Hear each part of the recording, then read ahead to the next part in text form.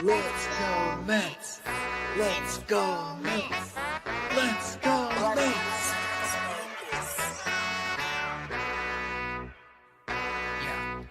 Yeah. You gotta believe and invest with your heart. Orange and blue till Mets do us part. Spring training, oh yes, it's the start. City Field gritty till Mets do us part. Hit home runs and knock it out the park. Big Apple till Mets do us part. You gotta believe and invest with your heart. Listen to the show till Mets do us part. John from Brooklyn, Gibby reps NJ. We're the other team, I don't care what your friends say. Mets fans, we focus like a sensei. Listen to the podcast Monday, Wednesday.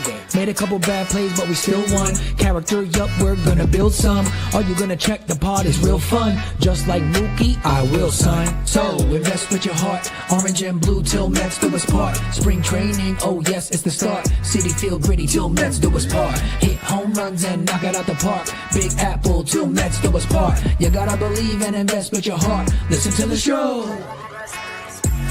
We're available now on all streaming platforms. If you love the New York Mets, check out Till Mets Do Us Part. Enough rapping. Let's get to yapping.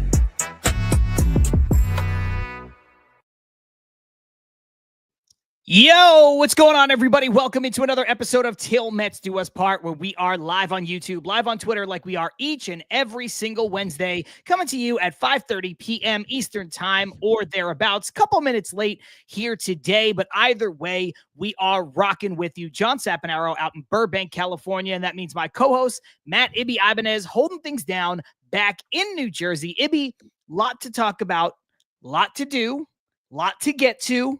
If we would have done this show 2 days ago, the vibe might be a little different. We try not to be reactionary on this show after two losses. The first two losses that the Mets suffer in a row this season. Pretty good run. Series loss, that. yeah.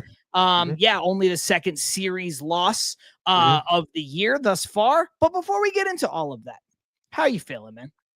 I'm doing well, John. Thank you for asking, as always. And I agree with you. I would think that if we did this show 2 days earlier, the entire tenor and vibe of everything would be a lot different. I was just saying to John off air and pre that, when I wrote the description last night, I even did some of the preliminary bottom line scroll that my vibe was different. And if you read the description, it might seem as though I'm a little bit higher than I should be. And then if I wrote it today, it'd be a lot different. But I kept it as is because I do have some feelings that need to be put out there. We're going to cover all of it when it comes to this team's identity and what's going on with the offense, so on and so forth. But there's still some good here, but there's a lot of question marks as well. We're going to get into all of it. And shout out to Top Bunk, TB, in the comments before saying that some uncomfortable conversations need to be had. Shout out to Shay and Sons for that, as that is their coined phrase of some uncomfortable conversations. We always give respect to those guys. And we will have some on here as well because things need to be said, and we'll cover all of it. But as always, red lights on. It's Wednesday. Let's do our best to have some fun. And that means that we are ready to rock. If you are in here for the live show right now, and there are 83 of you right off the start, welcome to each and every single one of you. You already know the rundown, but if you are here for the first time, you may not be super familiar with the show. Til Mets Do Us Part, free and available wherever it is you get your podcast. It'll drop later on tonight, Apple, Spotify, Amazon Music, all of those places. And of course, it's free to watch either in the live stream like you are right now on YouTube or after the fact. Sometimes people have to dip out early. Sometimes people show up late. We understand all of that. Hell, we show up late most weeks, or at least I do. So we understand where that is concerned. But follow us, subscribe to the channel, like the video, all that fun stuff. Before we get to talking, let's just shout out the folks who are here in the comments chatting already. We have Odd Villain, welcome back. We have Phil Nolasco, we have Diddy, we have Armand, we have Hebrew Hammer, we have Andre, we have Brad in the house, Cindy is here, Jeff Cohen is here as well. A lot of folks that you expect to see, a lot of those returning folks that are here every week or mostly every week. We got Paulie, you already shouted out Top Bunk Sports, welcome to them. Rosie K, already Rosie has 2 comments starred by my co-host here, so I think it's going to be a good conversation starter right there. Am I missing anybody? Carlos Ortiz. I said Paulie, and I think that is it as far as commenters, but we know that that number, like the viewership number, is going to continue to grow as we go on with the show. I do want to say this, Ibby. Yes. Shout out to Armand. Personal news, last Saturday was his 3-year weight loss anniversary, and when he started, he weighed 484 pounds. Now he weighs 287 pounds. That's 197 pounds lost. Congratulations. That is, takes a lot of dedication, takes a lot of time, but it's important, to get healthy. So shout out to Armand, who is, a great member of this show. Oh, we have Patty in NYC is here as well, with Carlos Ramos also. So, Ibby, again, like last week, we're on immediately after a Mets game. It's during the week. It's the middle of the day. So you're working for a good chunk of it. You don't get to sit down and watch it. I was able to sit down and watch the entire game. It was boring. This series did not go the way the Mets would have wanted it to go. They came in to play a team that was, I think, 5-11 or 5-10, whatever Minnesota was. Minnesota collapsed at the end of last year. Rocco Baldelli, who's a former manager of the year, on the hot seat already for how they finished last year and how they started this year.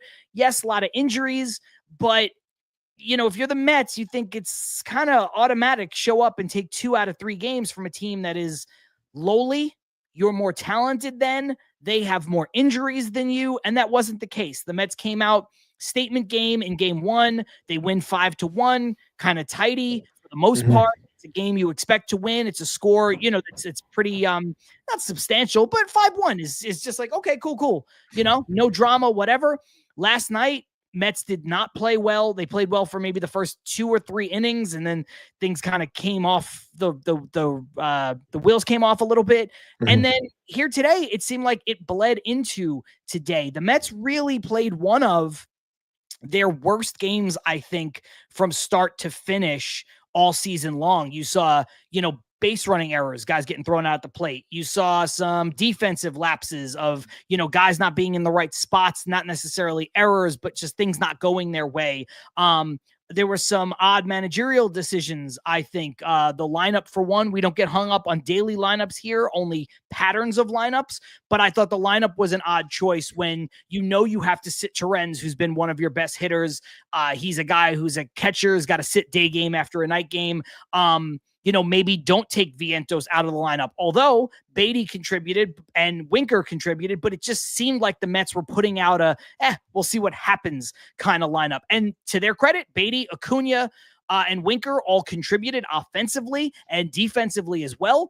But it just seemed like the Mets were rolling out a weird lineup today on a getaway day, certainly. But that was a weird choice. I thought bunting with Hayden Senger was a weird choice. I don't really like bunting in 2025, maybe in 1974. That's a good play. It's not really a great play.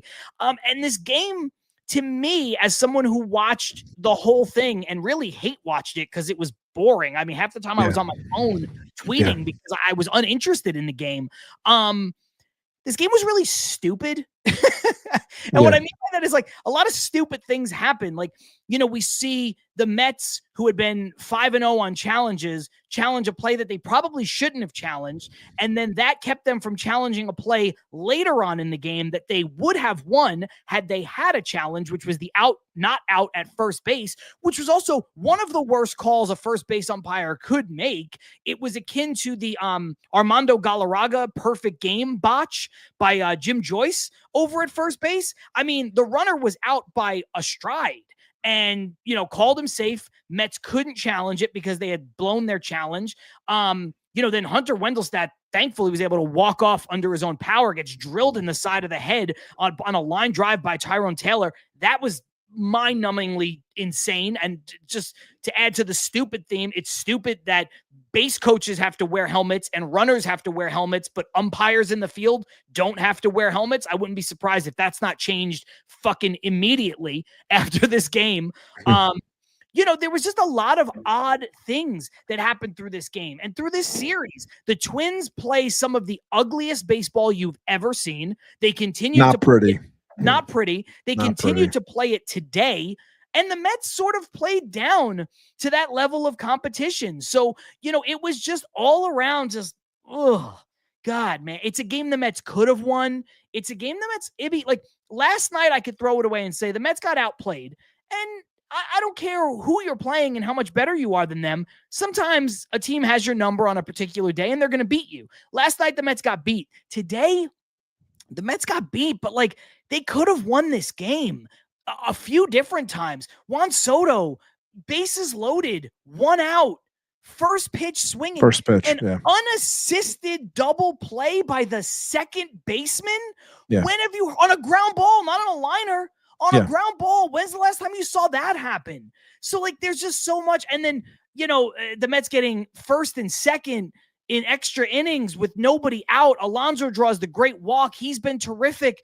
And then, Winker swings at the first pitch, but he was swinging a hot bat today, 2 doubles, and he absolutely roped the ball, but swings at the first pitch. It's an out. And then Nimmo, who seemingly swings at every fucking first pitch now, swings at the first pitch and pops up to third base. So, I know I've been monologuing about this game, but it was just to say it succinctly, like Patty does here. Totally, John. Very not good. Just all around bad. So I'm really, really happy for you that you missed this game, because it was as frustrating as I described. And I'm sure it was worse for you following it, but it might have been even worse if you had to watch it, because it sucked. Yeah, I mean, I was following the vibe of our group chat, and I can tell just a couple times I was able to check in that it was a game that was going similar to what a lot of the games have been going lately.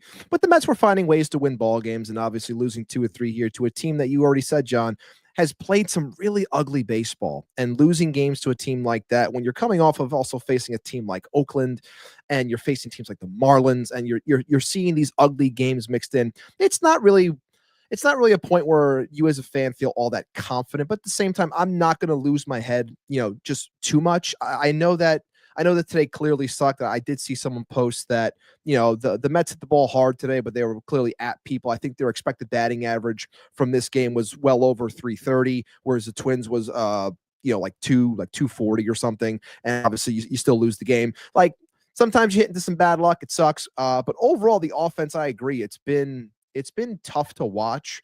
And I'm going to say something now that I hate saying, but it does ring true. Something that I said during the front end of last year. I said it a lot during 23. Like, when it comes to the offense, at least right now, it's very much like, it's like background noise, meaning we're always watching these games, but when the offense is up, if it's not those top 3 bats, like, I tend to do other things while the offense is up. And I've been more in tune when we're actually pitching, which is wild to say when you look at our lineup versus what we are running out there as pitchers. So right now, the offense is clearly in a funk.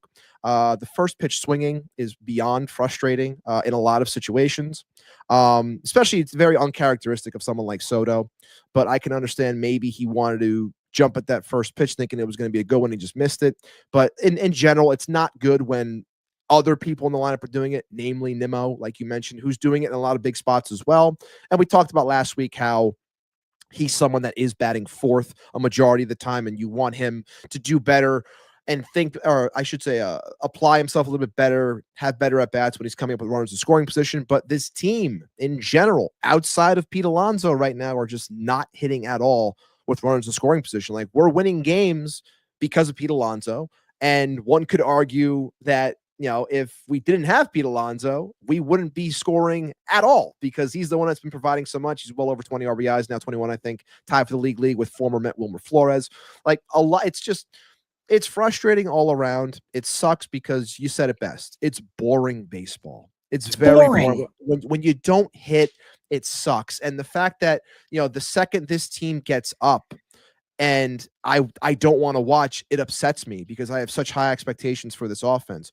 It sucks that when you're down 1-0, it feels like 3-0. When you're down 3-0, it feels like 10-0. So when they came back today, I was able to start listening on the radio during that 8th inning, actually, where they sparked it and they ended up tying the game. And Acuna, we'll talk more about him in a moment. And, they spark it, but it's just, it ends up, falling flat. Tyrone Taylor's ball gets caught.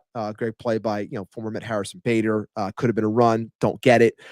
End up losing the next half inning. Like, it sucks all around. Ugly game. You want to see this team do what it did a majority of the time last year. When it comes to a loss like this, you shake it quick. You go out there and you win a ball game. I think it's St. Louis next, right? So St. Louis, and then we go off to face the Phils. So you want to handle business here because you're right at the top of the NL East. The Phils are right there too. So handle business against the Cards before you got a big series against the Phils. Yeah, and look, Let's talk about a couple things really quickly. I don't want to make this like, me on a soapbox talking about issues that I have on Twitter, but there are some frustrating interactions that I have had over the past week or whatever. And I think today it kind of came to a head where, I simply tweet out a fact that, man, this is about as bad of a lineup looks wise as we've seen in the Steve Cohen era. And I've got people sending me messages where they're quote tweeting lineups from a dead in the water team post trade deadline 2 years ago, where Rafael Ortega's, getting at bats and stuff like that. And it's like, that's not the same thing. I have people sending me lineups from 2020 when, yes, of course, Steve Cohen was the owner in 2020, but like, Ibby, that's not the same situation when you're talking about, first year of ownership versus being entrenched into the ownership, meaningful games versus not meaningful games. And again, I'm not sitting here just trying to like defend my point, but I think what's frustrating about baseball fandom, specifically on the internet, is that it doesn't allow for any kind of conversations, because I have been called toxically positive and miserable 2 tweets away from each other. Oh, you're just one of those miserable Mets fans. Anybody who listens to this show knows I'm not a miserable Mets fan, knows that I consider myself a realist, but I skew a bit positive because I'd like to watch sports with the intention of believing in the positive. Yeah. But I'm also not toxically positive. I will call some BS on something. And sitting here responding to me or to anyone, not just making it about me, but just responding to people who sit there and go, man, this lineup looks ugly. Or, man, Brett Baty's not a major league player right now. Or whatever the case may be. Those are just 2 examples of things that I've said, but other people will say other things. And it's just like, oh, you think you know better than David Stearns? No, I trust David Stearns. Oh, you think you could run the team better? Probably not. Oh, well, how far did you play? Till college. What do you want me to do? I couldn't hit a 99-mile-an-hour fastball either. It doesn't mean that I'm not allowed to have a fucking opinion, and it doesn't mean that we're not allowed to critique something while not complaining. And I think that's the thing that I think people miss the boat on, Ibby, is that you and I can't speak for other content creators, but we obviously have a lot of friends in the space that are like-minded, Shea and Sons and, and Top Bunk and CP and the guys over at Mets Weekly and Aunt Rivera and all these folks. We have a lot of folks that are like-minded to us, but it's crazy that you say anything critiquing the team and you're complaining, or if you say anything that supports the team in moments where they're down, you're too positive. Right. And it doesn't make any sense. It's not a fun way to interact with anybody, because I'll tell you this right now. I'm about to say something that's going to be labeled as complaining, and I'm going to say something that's going to be labeled as too positive, right? I'm not worried about Juan Soto. Am I frustrated that Juan Soto has not been fully Juan Soto yet? Yeah. On a game like today, it really sucks. He had an opportunity to blow that game open, step on the Twins' neck, and we walk away with a series win that we probably didn't deserve, but that's what we paid him for. But at the same time, I'm not worried about him. But I could sit there and turn around and go, wow, man, after Pete Alonso, and besides Pete Alonso, because he's been the only consistent, truly consistent force since the season has started. Lindor has had his moments. Soto has had his moments. Terrence is a contributor, but it's different. Aside from Pete Alonso, who's hitting? No one. Nimmo looks terrible. Brett Baty looks like a minor league player. For most of the season to this point, Acuna didn't look good. He's starting to heat up now. That's better. Siri wasn't hitting. Tyrone Taylor is hitting into some hard luck, but he's also just not hitting. Jesse Winker's not hitting consistently. Starling Marte looks like he needs fucking Professor X's floating hover chair to just play baseball. He looks like an old man. And Mark Vientos isn't hitting. So which one is it? Am I complaining or am I too positive? And that's the point. Like, you're allowed to have both. You're allowed to just talk and have an opinion when it comes to this stuff. So I just find it so maddening when people just don't understand the nuance. And maybe I'm looking for nuance in the wrong place, but until there's a substitute for Twitter for sports interactions, it's just, I find it wildly frustrating that I even have to come on this show and explain where my points are coming from. It's so dumb. Also, by the way, shout out to Brett Baty. Played a great game at third base, got 2 hits, and contributed. So now everybody who says all I do is bash Brett Baty and won't give him credit for when he deserves credit, there you go. He deserves credit. He had a really good game today. I'm going to clip that and just keep that forever. But no, I get like and if anyone's ever curious as to why I don't really interact anymore when it comes to Twitter, I keep to, private conversations and talk with people that I can have an actual conversation with. It's for a lot of the reasons that John just outlined, because there's no such thing as nuance. You can't have proper back and forth. Everything's a fight. It just becomes annoying. And that's why, X, Twitter, whatever, and all social media just becomes this overall hellscape, which is why it's nice to come here and have an open conversation with you, John, as well as people that join us on the weekly. But no, I get it. It is frustrating. And I'm glad that you said the thing about Soto, because I forgot to tell you, I did put on the YouTube side for the chat. If you haven't already, make sure you vote. There are 29 votes so far on the simple question that I put up this week, which is, does Juan Soto's stat line worry you at all? 69% have said no, while 31% have said yes. Okay. Also, shout out to the 12 likes that we have so far. 25 of you are here on the YouTube side so far. Make sure you hit the like, helps us with the algorithm so more people can join us for this episode. But look, I am not, to continue John's point, I am nowhere near, and I said it last week and I'll continue saying it, I'm not worried about Juan Soto. Does it suck, as John said, that when you have opportunities and he comes up short? Sure it does. Bases loaded, Juan Soto's up. Like, I'm pumped up. Let's go. Like, we're going to win this game. First pitch swinging, ground ball, double play, unassisted. Like, frustrating. Sucks. Okay? Especially because we all know, we could talk about this nonsense later if we want to, about all the other things that are being said about him, which we had to expect at a point because of the team that he joined, the one that always has to be the talking point for a lot of people in this town. And the fact that the numbers are just not there yet. So obviously, if he tends to fail in certain spots, it's going to be a point of contention for a lot of people within the fan base, beyond the fan base, crosstown, media, whatever it may be, radio stations. It's always going to be a talking point. And it sucks in general. I want more for this team, and I still feel, we'll talk more about about identity maybe in the second half or whenever we want to, but the identity for this team, I think, is still up in the air, trying to figure some things out. But I did want to take this as a moment to continue the talk on Juan Soto, and I have the numbers here. Shout out to Mets Muse, who just eclipsed, over 10,000 followers. Shout out to him, always putting out great stuff on Twitter. Should mention, we have a super chat from Hebrew Hammer we will get to right after your point on Soto. It's about the lineup. So thank you for the super chat, Hebrew. Thank you, Hebrew. And we'll just use the Soto dialogue to just quickly transition into the larger point about the lineup. We'll get to that in a second. Perfect. Thank you so much, Hebrew. I always appreciate it. The numbers put up from Mets Muse talking about Juan Soto for this month, and why a lot of people are frustrated. 14 games played, a 212 average, 2 home runs, 5 RBIs, 9 walks to 10 Ks. Look, he's still getting on base at a high clip.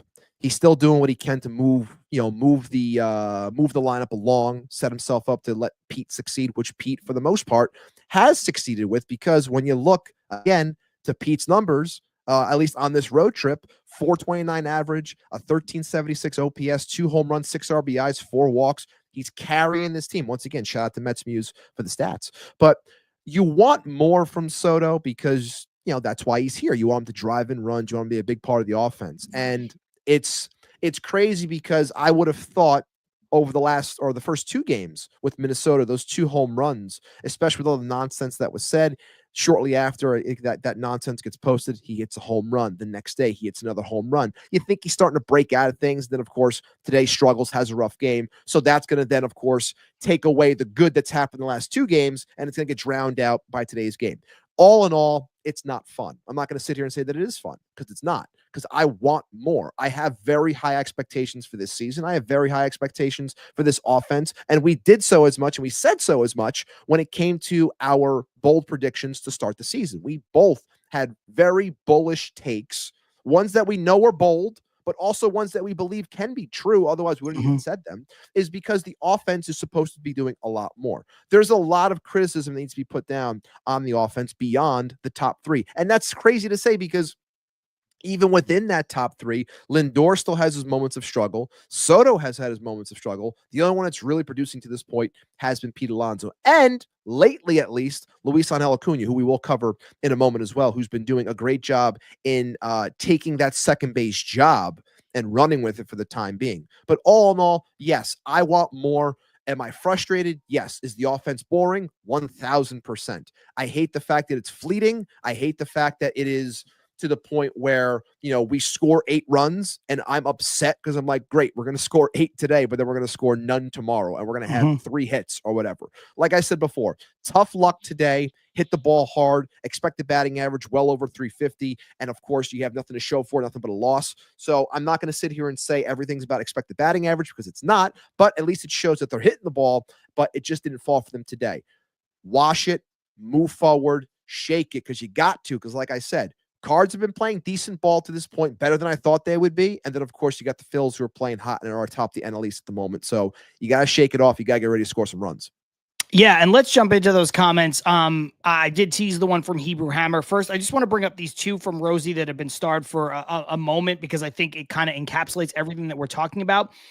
She says, let's be honest, the Mets haven't played good ball all season. They've gotten good pitching, which has saved them. I think the second part of that about the pitching is super true. I think the first part is mostly true, but the Mets have had good games. They just haven't done it consistently, which brings me to this second comment, which is also from Rosie saying, every year they slog through portions of the season. I'd like to see some consistency from this team. And I think that's a fair critique. I think that's something that a lot of us have talked about with regards to this team where it's like, yeah, look, last year was great, and being wall-to-wall the best team in baseball doesn't guarantee you shit in the playoffs. I don't care how you get in. I've said that. Just get into the playoffs because it becomes a crapshoot. But it is nice to have those seasons, like 2015 where you're just really, really good, like 2006 when you're just really, really good. Those teams didn't win the World Series either, but it was fun to watch every single night. Last year became that, but it certainly wasn't that to start. So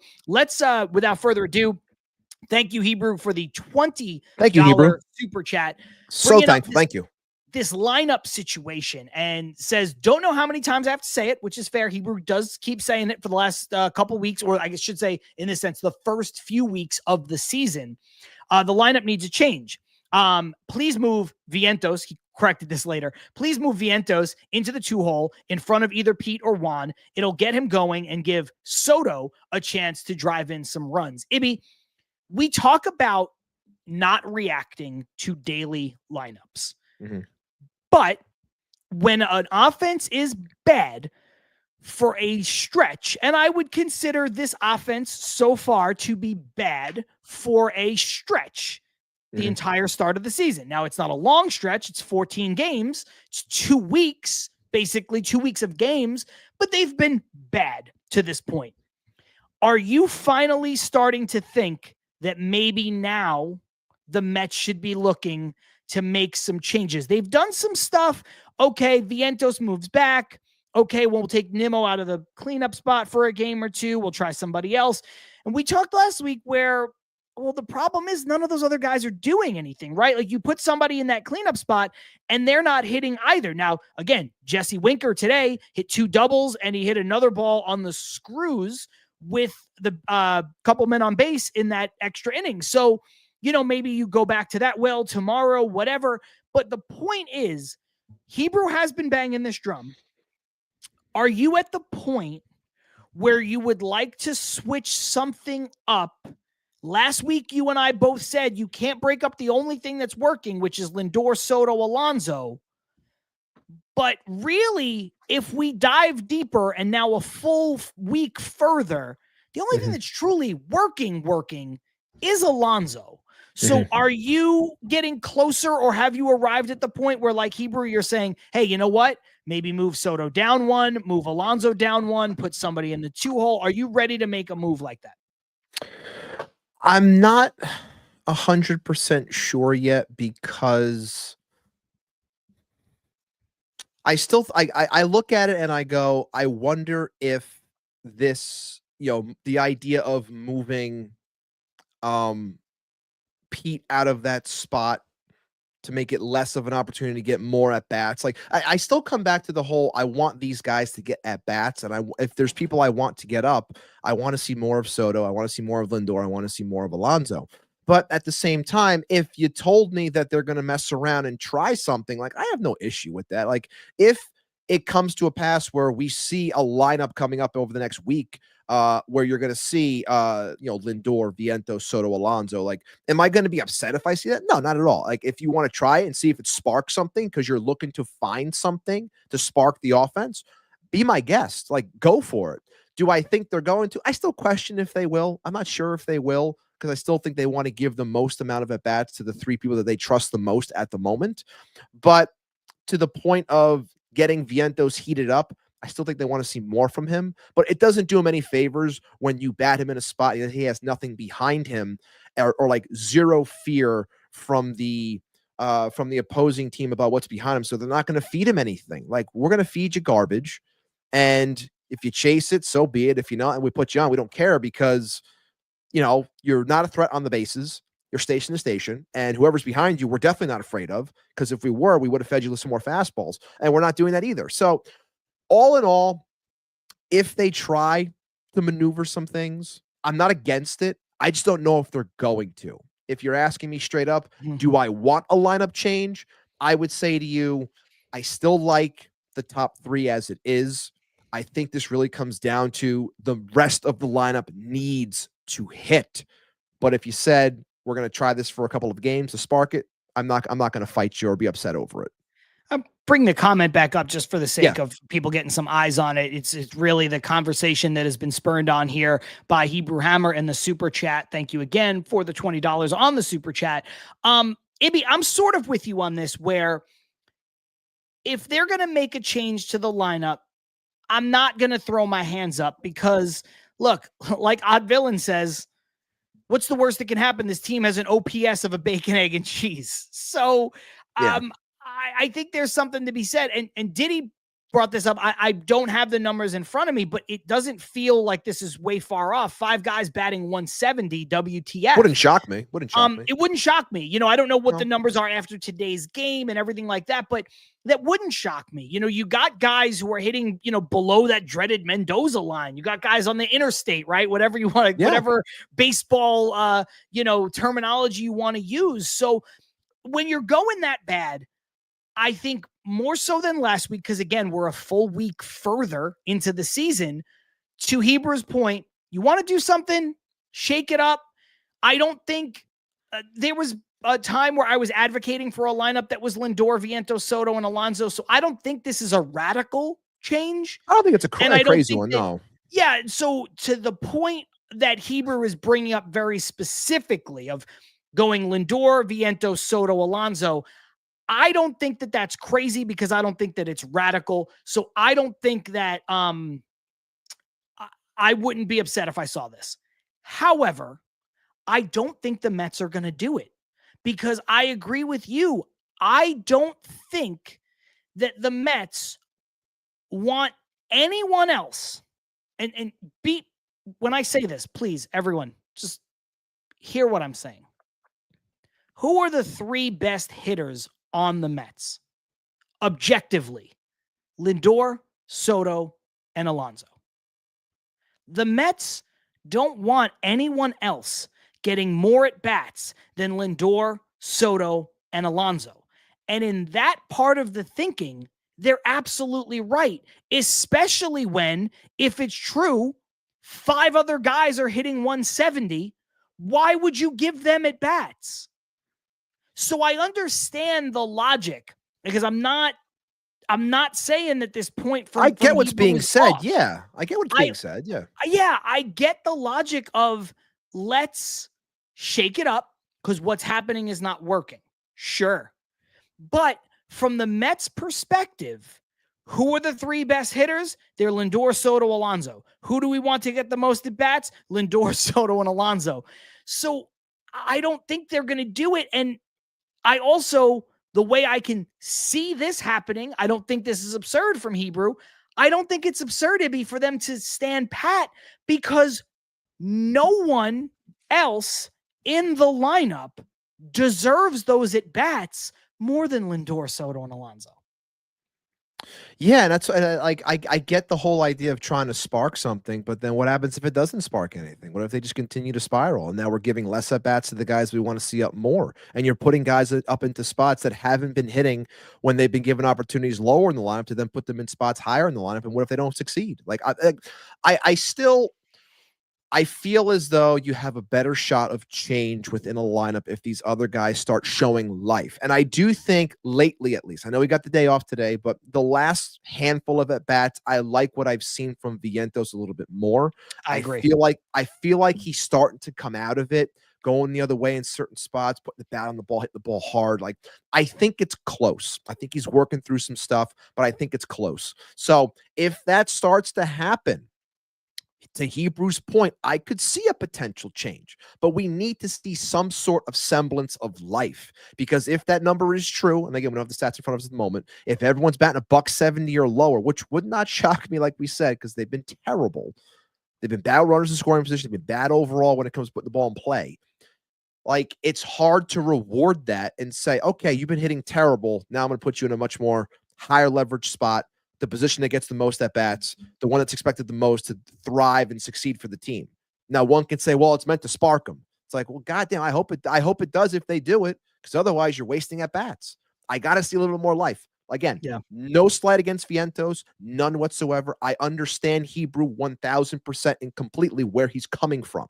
If a change happens to just try something for a game or two, wouldn't shock me. Not against it. I just have a hard time seeing them doing it at the moment until they start seeing some life from someone other than those three. And even though we've said, really, it's the one in Alonso, but Lindor and Soto have still been providing to an extent, not to the level of Alonso, but those three, no matter what, you want to see them get the most at bats because you trust them the most.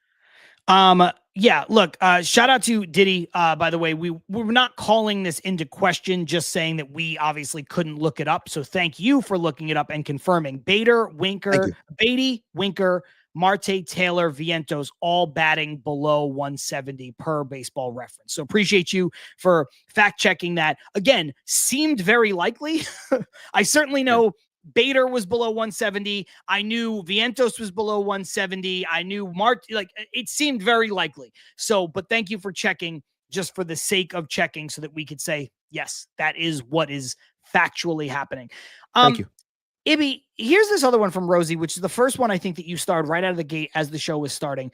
The concern is that this is a pattern. The Mets aren't hitting and they aren't playing sound fundamental baseball. Frankly, there's no excuse for how poorly they're playing. Again, like a comment from Rosie before, I'm going to take this as two separate comments and address them in accordance with that. I think the Mets are playing the sort of baseball that you see sometimes when teams first come out of spring training and they play a lot of cold weather games in terms of fundamentals, in terms of being not at their best. I'm not making excuses for them. It has not been great, but I think it's more in the consistency. And I think some of the travel to the West Coast, travel to the Midwest, hot weather, cold weather, dome, no dome, I think that plays a factor. And I think that plays a factor early in the season. So I do think that to say there's no excuse, I think in the sense that they're professional baseball players, sure, there is no excuse. You need to be better. But I think there is not an excuse, but an explanation. And the Mets have not played as poorly as, let's say, the Twins, right? We just watched the Twins play three of the ugliest games I've ever seen in my time watching baseball. That is with no exaggeration, in terms of like in the field, what they're doing, the calls that the manager's making, like a lot of stuff was confounding. And the Mets have not played like that. Now, the Mets have played some games like that, but I think it's not been a pattern of behavior over 14 games because, quite frankly, Ibby, they would not have the record that they do if they were playing consistently like that. However, the other part that I will say is that the Mets are not hitting and they're not doing the fundamental things of hitting, full stop. So that one I will agree with completely, which brings me to this. Top bunk, Eric Chavez needs to be held accountable just as much as the entire lineup. Daniel Cap saying, how about we get new hitting coaches? Also saying you can't have a team average of 163 with runners in scoring position or 186 when runners are on base. Ibby, I know I spent some time before complaining about how people have reacted to some of my commentary on Twitter, but so I'm not going to spend any more time doing that. But this is something that I've said, and shout out to Carson from Mets Weekly because he's right there. I understand that hitting coaches are probably the most overrated person in the dugout in terms of major league teams, but it's not a position that I invented or you invented. It's a position that exists in sports. So you can't tell me hitting coaches don't matter as your major argument, while the Mets, one of the most analytically driven teams in baseball, have two. It doesn't matter, but they have two, but it doesn't matter, but they have two. So obviously it matters. Now, Eric Chavez can't go up there and hit for these guys, but outside of 2022, where a lot of these guys had career years, the Mets have been this boom and bust. The Mets have been an offense that fits a pattern, and the pattern is not good. And so I think it's time to have a real dialogue about Eric Chavez and his philosophy. It is not good because the results are not good. Your thoughts? It's frustrating because we've seen this type of pattern throughout the last handful of years with Eric Chavez here and Jeremy and Barnes as well. Like whoever you want to, it's two guys. You want to put one above the other. You hate both. You like one. You hate the other. I don't care what it is. I was just talking with TJ, who often frequents our chat, and it's part of our bold prediction show as well. And I was saying, like, I don't care, man. Like, I'm at a point now, and I've been at the point, we've talked about this, where I need a new voice, and I think the team needs a new voice. But I also prefaced it by saying I don't think it's going to happen, unfortunately, because I do think that under this leadership, it's been more so about allowing things to play out to an extent, wanting to show continued support and not just hire and fire guys. But at the same time, this team has also been on the nose when it comes to if something's working or not. We're going to either stick with it or we're going to cut bait. We're going to move forward. Now, would they fire both guys in season? I have a hard time seeing that. Am I going to, be happy if that happens? Look, nobody wants to see anyone lose a job outside of Carson here, but I don't think that I don't think it's going to happen. And it's frustrating mainly because of this overall approach. It's frustrating when I look at the talent on this team, and I wonder if there was a different voice and there was a different approach that was given to this type of talent, would things be different? Now, at the same time, a person can easily say, well, how come Pete Alonso's red hot and everyone else stinks? Like, why is he not affected by this? He's hitting the ball. He sees the ball. Why is he not, crumbling under the tutelage or the advice from Eric Chavez or Jeremy Barnes? Like, one could easily say that, like you said, it's an overrated spot. And I've said before, I have a hard time putting all the blame on a hitting coach, but I also have said multiple times on the show, which we've said multiple times because we've had multiple conversations about Eric Chavez over the years. And that is, when heads need to roll, it's the two easiest spots to go to. It's the pitching coach and it's the hitting coach, just to say, hey, we're trying to shake things up a little bit. Now, can this happen in this spot? If the team's really trying to shake things up, they do this instead of a lineup change or whatever, they'd probably go lineup change first and then look towards another change if that's the way that they wanted to go.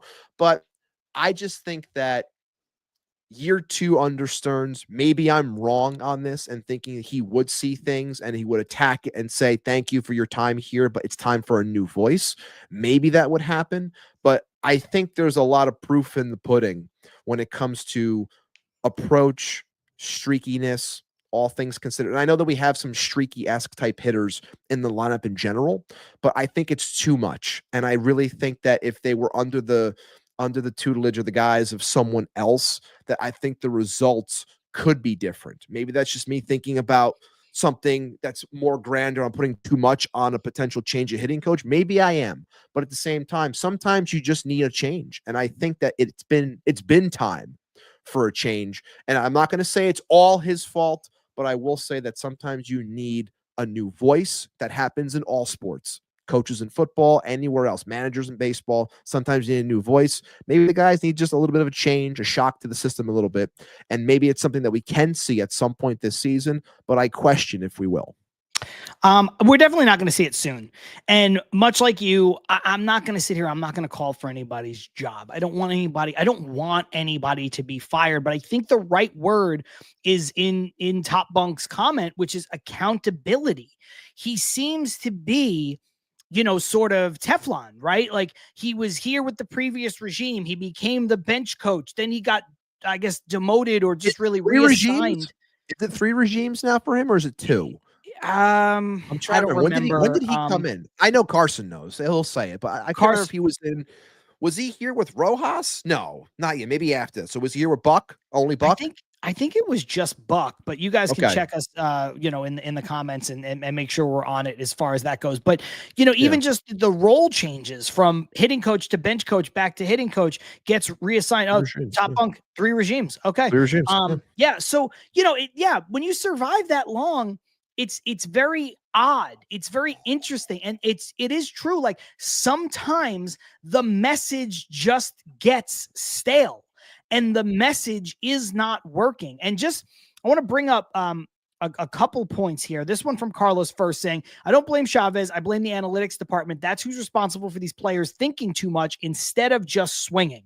The counterpoint that I will bring up to that is that there is a quote from Eric Chavez saying, we don't want the players thinking about anything at all when they go up to the plate. I'm paraphrasing a bit, but so I don't think it's the analytics department to blame here. I don't think the Mets do anything that other teams that have successful offenses do.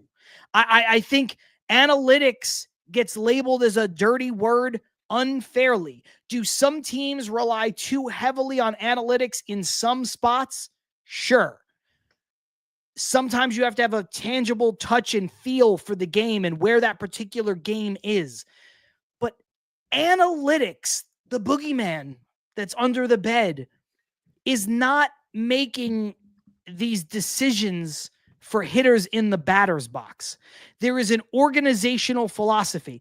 And if it is, to play devil's advocate, if the analytics department is the one that is dictating this, then why have a hitting coach at all?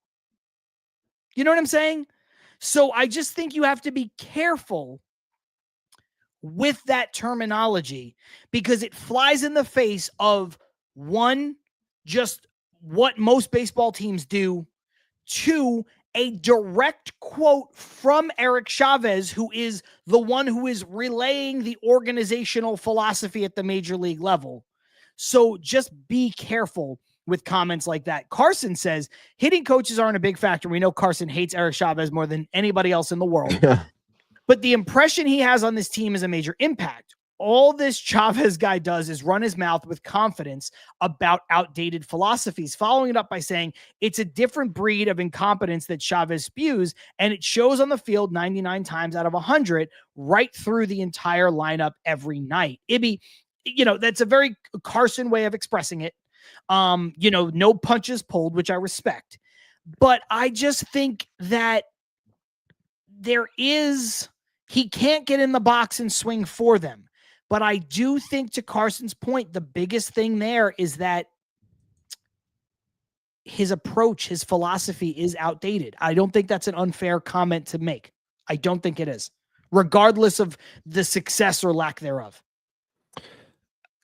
I mean, it's hard for me to follow anything up there because I think you hit on a lot of the points. I think everything that Carson says as well is well documented, and a lot of people are starting to jump on this train of just saying like enough is enough. Like, and I agree, accountability needs to be held somewhere. And I know that there are defenders out there, and they'll say, look at the stats when he was here, compare 22 to 23, when he was the bench coach versus the hitting coach, and this and that, and this nonsense. But it's too boomer bust for me, and I don't think that this offense should be that boomer bust. I don't think it should be always the cold streaks that we have. I think that the overall approach, and look, I understand, I get when you're up there and you're obviously looking for a pitch to hit. You see something down Broadway, you think it's going to be a good pitch and you're going to swing first pitch. I know a lot of people are frustrated with the first pitch swing approach, and sometimes the first pitch is the best pitch you're going to get. But at the same time, situationally, things matter. Yeah. Should you be swinging first pitch after a guy throws 4 balls in a row? Maybe not. Sorry to interrupt. Just perfect example. Yeah. 10th inning today, runner on first, runner on second, nobody out. Jesse Winker swinging a hot bat, 2 doubles, righty on lefty. It was not a 4-pitch walk to Alonso. It was a hard-fought battle to Alonso, 3-2 pitch, I believe, walk. He swings at the first pitch with nobody out, hits it right on the screws. That's, in my opinion, okay. That's he hit that ball over 100 miles an hour. Now, after that first pitch out, Nimmo comes up, pops the ball up on the first pitch. Nimmo's not swinging the ball well. That pitch was inside off the plate, and someone just made an out on a first pitch. You can't do it again. So that's the point where it's like situational hitting that people like to bring up. It's another thing I say on this show. It involves the whole situation. Situational hitting doesn't mean slap the ball the other way. Slapping the ball the other way sometimes is a 40-mile-an-hour ground out to the shortstop. Now, if it's a 40-mile-an-hour ground ball to the shortstop and you're Luisangel Acuna and you beat it out and a run scores, that might be good situational hitting with 2 outs late in the game. But if you're coming up and you're doing that with runners on second and third in the second inning and nobody out and you hit that same pitch on the first pitch, that's bad situational hitting. Yeah. They're not all the same. It's wild also over this tenure now for Chavez run teams in terms of the hitting side. And shout out to Ant Rivera, because he's been saying this for a while, and I agree with them. It's crazy to think that when this stuff happens to this team, it's always on top of each other. It's never spread out. It's never like 2 guys are down, but everyone else is hitting, or 1 guy's down, but it's always 6 or 7 guys are just not hitting the ball at all. And then it won't even be like this team, the entire team then gets hot altogether. It'll be like, 2 or 3 guys get hot, which then carries the offense. And then we go right back to 6 or 7 guys being completely ice cold and can't do anything. It's something neat. Like, I'm not in that analytics department. I'm not the one looking at every single detail like they are, but something needs to be there where it can tell more of a story. I would think so. I don't know. I feel like the stay has become, a little bit overdone from the hitting side. I think I think Jeremy Hefner has his detractors in certain spots, but the pitching has improved and people have been doing better under his tutelage, and people are said to really like him. More so than when you hear stuff about the likes of the hitting side. And to Carson's credit, he often says that when people credit someone, they always credit Barnes, not so much Chavez. But again, I'm not going to just sit here and just, destroy the hitting coaches, because again, it still comes down to the hitters. You got to go up there with an idea, of course, and you got to go up there with a plan, not just go up there swinging, however the hell you want and not understand situational hitting and just continue to, rot in this overall slump. I get slumps happen. Baseball's a long season. It's a marathon, not a sprint. Guys will figure things out. But at the same time, something needs to be said about the fact that this team has been like this for the last 4 years. Yeah, nobody picks anybody up on a consistent basis. That's nobody. No. Yeah, nobody. I want to get to a couple comments really quick. If you guys are watching live, you're watching Til Mets Do Us Part. We're live on YouTube. We're live on Twitter each and every single Wednesday. We start about 5:30 p.m. Eastern time. Started a little bit late here today. We're approaching the first hour. You know what we do? We hit that first hour. We take a quick 30-second break. It's an ad spot. It's a reset. And then we come back. We do about another hour. So still plenty of the show left to go. And of course, this show free and available wherever it is you get your podcasts. The audio version drops later on tonight. And then this version that you're watching right now, or you might be watching after the fact, also free on YouTube. Remember to subscribe whether you watch or you listen, whether you're on YouTube, Amazon, Google, Spotify, Apple, any of those places, wherever you choose to listen, make sure you subscribe. Helps the numbers. If you're on the audio side, go ahead and drop us a rating. We appreciate those ratings. They go a long way with pushing out the content to other folks. But please do, yeah. And like the video right now. If you're here in the live stream, like the video. Top Bunk corrected themselves, saying 2 regimes for Eric Chavez. Okay. Armand coming in saying with the Mets since 2022. Thank you for fact checking those, catching those things. I forgot. I feel like he's been here since I was 11 years old. Armand also saying it was a 3-1 count to Alonso. I thought it was 3-1 or 3-2 when he walked. Still, my point is the same. Winker, swinging a hot bat. The pitch was right down the middle. He put a great swing on it. Just a little bit of bad luck versus Nimmo swinging at a dog shit pitch like he's done a lot. Zero Cool saying 40 miles an hour ground out won't reach the shortstop. The pitcher picks it up. You know what I'm saying. You're probably right, but you know what I'm saying. McNeil will find a way. Don't you worry. He'll find a way. Yeah. Look, I do want to bring up this one before we head into the break. There's a couple things just to kind of finish this dialogue on the hitting coach. Eric Chavez is not going anywhere anytime soon. No. I think this is important, and this is Goatsif, either Jarosa or Gurosa. Let me know in the comments if you're still here, Goatsif, first-time commenter, if it's Jarosa or Gurosa. I think it's Jarosa, but, I could be wrong. Anyway, a lot of comments coming in from this individual over the last few moments. I was trying to find the right one to bring up. Welcome to the show. If this is your first time, not your first time watching, but your first time commenting, welcome. Saying baseball is a large part mental. I don't think Chavez is helping with the mental aspect, and said only the way that Carson can say it, quote unquote, whatever happens, happens. Fuck you.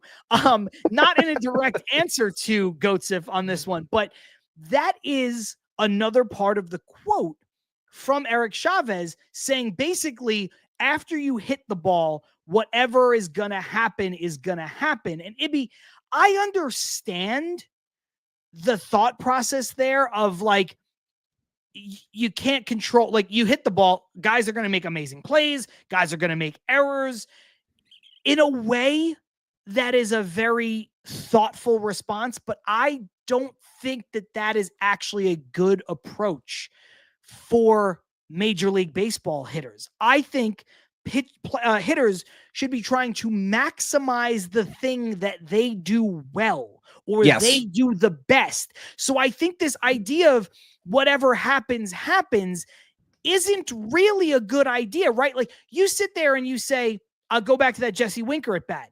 Jesse Winker maximized his approach.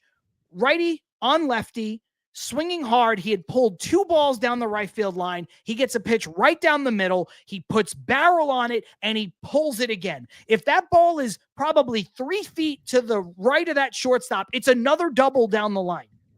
Instead, he hits it right at that shortstop. That's a little bit of hang with him, man. Whatever happens, happens. Yeah. But if Winker had done that in a spot where he's not maximizing what he is best at, then I think the approach of whatever happens, happens is a cheap cop-out. Do you hear, like, do you understand the difference I'm trying to point out? No, I get you completely. And I just think that, the whole whatever happens, happens thing also, it's like, I think someone in the comments also said, like, you often see players, talking with Barnes as opposed to Chavez. I don't know. Chavez like kind of gives to me like that little league dad that's just like, go up there and do it. Just do it. Like, and then when you don't do it, like he like gives you a face like, ugh, or you do something that's beyond what he said. He's like, I didn't tell you to do that. I told you to do this. You should do it this way. And it's like, it's frustrating. Obviously overall, but it just like, I'm so tired of, and I get tired of it when we talk about it in our group chat too, where it's like, it's constantly about Chavez, but it's time to end, man. It's not going to, I know it's not going to, but we need to get out of this spiral of the same type of results. But unfortunately, like I said, it's not going to happen. I want to bring up this one, just because I don't want to open up a can of worms. We'll just kind of end on this, head into the break. But I do think because, okay, Carlos is furthering the narrative about the analytics approach and using Brandon Nimmo as the example. In his words, the perfect example of why this struggle is analytics. Nimmo was a great player when he was selective, looking to get on base rather than hit a home run. What changed? Analytics department. I fundamentally disagree with all of that. I don't know how to say it any differently.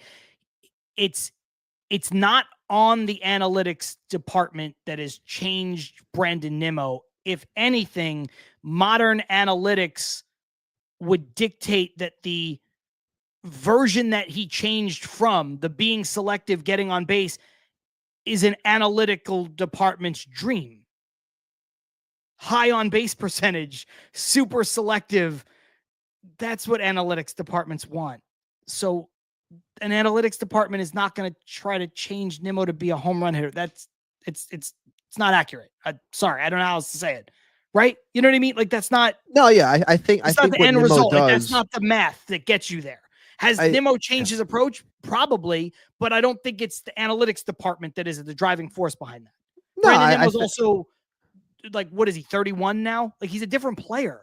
It's a different player, and I think that if I think a lot of people think that he's just going to go back to being this scrappy on-base machine that focuses on just getting on base or slapping singles. I just don't think that that's what he's going to be moving forward. I think he's it's maximizing what he can do well, and let's not pretend like the guy hasn't hit 25 plus home runs before. Like, he's going to do his best to maximize what he's good at. He still gets on base at a good clip. Is he in a rut right now? Yes. Do I think that Brandon Nimmo has been more peaks and valleys lately? I do. Do I think he's going to be better, all things considered, by the time the season is over? I do. I think it's going to be your typical Brandon Nimmo year, like it always is. But it sucks that it's happening where he shouldn't be a 4-hitter. He's not the ideal 4-hitter, but like we talked about last week, it's not, there's no one else right now. Like, he's there to be there. Like, I guess the only thing that if we're talking about lineup changes real quick, if I could just switch to that for a moment, when it comes to this whole conversation, it's more so, and I think Carson's been a big proponent of this, well, and I agree with it, putting Nimmo, I think it was Carson, putting Nimmo behind Vientos. So you give someone behind him that someone might be a little bit more afraid of, a guy that gets on base that can, whether he's hitting or not, just trying to move, put the court in merry-go-round. So putting someone behind him with a little bit more worry into the pitcher might be able to get Vientos more pitches. So, like, I could see something like that working. But to bring it back to Nimmo, I don't think that anyone really changed him. I don't. I think that he's evolved a little bit as a hitter. He's gotten a little bit older. He's gotten a little bit bigger. But, like, I don't think. And maybe he's devolved as a hitter. You know what I mean? Like, maybe he's changed his approach, but also maybe he can't do what he did before. Like, you that's know what the I mean? point I'm trying to make. Yeah, that's what I'm trying to make, where it's like everyone thinks he's still this young, scrappy guy. And I think it's more so you're entering a point of your career when you're trying to still be a contributor, but you're doing it at a different level. He still contributes. It's just right now it's been shitty.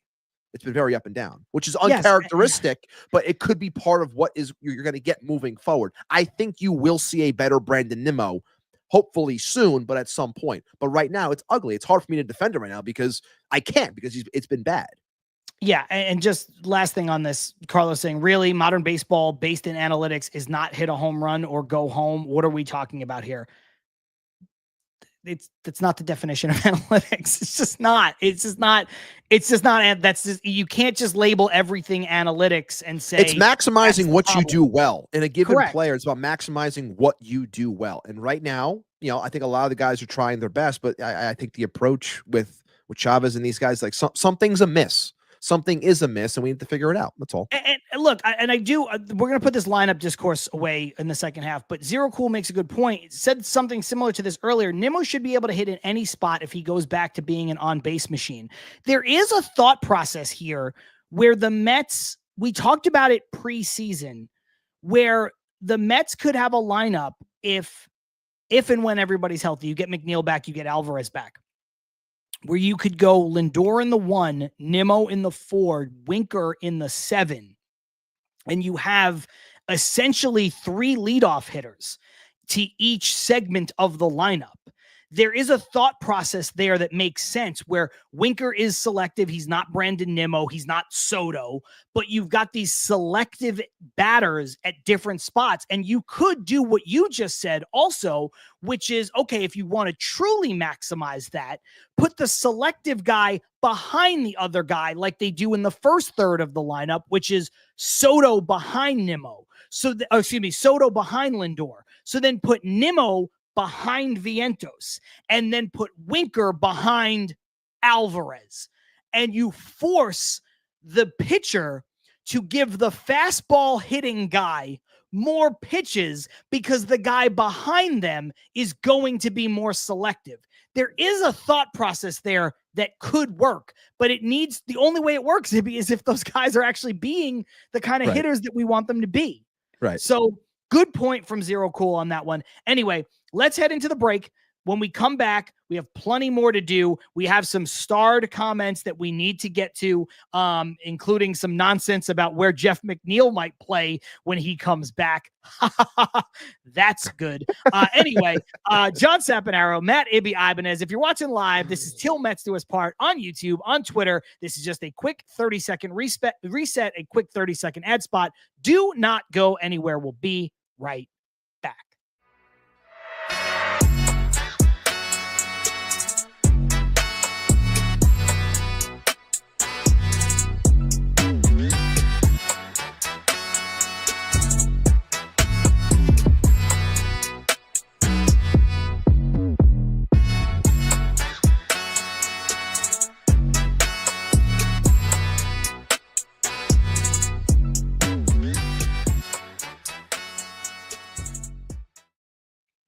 Yo, just like that, we are back with Til Mets Do Us Part, live on YouTube, live on Twitter, like we are each and every single week. Usually go about 2 hours, usually start around 5:30 p.m. Eastern time. Started about 8 or 10 minutes late here today, so we still have about an hour to play with. Plenty more to discuss. John Saponaro, Matt Ibanez. You see on the bottom of your screen, super chats are available. Shout out Hebrew Hammer, who gave us one in the first half. If you want to make sure that your question, your concern, your comment, whatever it is seen during the live show and it is addressed during the live show, super chat guarantees that. And with almost 400 people here between YouTube and Twitter and where everybody can interact live, it does become more and more important to make sure that your comment is seen. But of course, even with that, we try to get to as many as possible because the live show, whether we agree or disagree, and Carlos, we love you. I love you. I'm just, in the first half, we disagreed on some stuff. Got to call it what it is. But that's a big part of what the show has become. At the beginning, it was just me and Ibby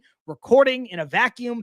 And now this version of it, 4 years later or whatever, 4.5 years later, as we get into the middle part of the season, this is what we love to do. This is the best part, the best version that this show has ever been. So we appreciate each and every single person that is rocking with us. Ibby, before we get back into the conversation, you want to hit him with a quick word from our friends over at Independent Safes? Absolutely, John. IndependentSafes.com. Independent Safes are protecting homes and businesses with secure residential and commercial safes, fireproof peace of mind in every corner. Visit IndependentSafes.com today for security that stands strong. And there's a lot of people, probably the entire back half of this lineup, that belongs in said independent safes. There are certain writers that belong in the independent safe. There's a lot of people that I would like to stick in this independent safe this week. So I'm just going to keep it in general and just say the back end of the lineup should probably end up in said safe. I'm not going to throw it in the river because we need them. Obviously, we got to have a 26 man. So I'm not going to throw it away and throw away the key as well. But some of it needs to be locked away to think about some things. Maybe you know what? Maybe I'll just throw Chavez and Barnes in there, and we'll go without a hitting coach and see if we see some different results. There's an idea as well. Putting hitting coaches in. Yeah, Carlos, I think so. I think it's a good idea. Right as you were saying it. I think I'm glad we're on the same page here, brother. But yeah, independentsafes.com. $99 and over, free shipping. No matter what, you're getting the free shipping. Tell them Til Mets sent you. They'll take care of you. Shout out Carlos Ramos saying This is the best part of the show. He loves your pitches. He loves your pitches. I appreciate it, man. I appreciate Ibby's it. clinic. Couple things. I know we said we're going to put the lineup conversation to bed, and we are, but I do just want to two comments, one that I had starred and one that just came in as we were coming out of the break. And this is from Game for War. And I think it's important to just bring this up to put closure on that part of the conversation. My biggest fear is that it's usually the rookies who listen to the hitting coaches. And when Gilbert, Mauricio, and Jet Williams come up, they'll suck from listening to Met hitting coaches, just like Baty and Alvey. The second part of that, obviously a little tongue in cheek, but the first part is the valid part, right? Where the most impressionable guys are the young guys. If there's one thing I've said consistently now, as John said, for 4+ years, I have said that this team, this organization, no matter what regime we're talking about, has struggled mightily when it comes to developing hitters. Pete Alonso aside, Mark Vientos's, run last year aside, like, we've had a lot of questionable players come up and just not perform, and then things, they get up here and then things kind of just go away, and you think Alvarez is going to be this big power hitter, and the power hasn't really been there. Now injuries come into play as well, but there's been, in my opinion, like, a lot of questionable things done from the hitting side. And I've said before, shout out to Daniel Wexler, he put out a lot of the stats when it came to what this team has been doing down low in terms of exit velocities and barrel rates and all these things. The Mets ranked, towards the bottom half in the cellar when it comes to a majority of these things, which is a problem. And clearly you need some change in places. And if they're going to come up here and, be questionable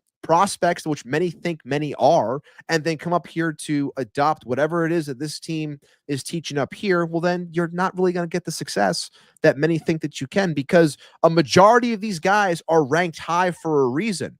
And then to bring it back to our conversation before, it's about maximizing what set of players can do. And if you don't maximize what they're good at, well, then you're not going to get the proper returns on what they're supposed to be as a prospect, which is what a lot of us have been watching over the last handful of years.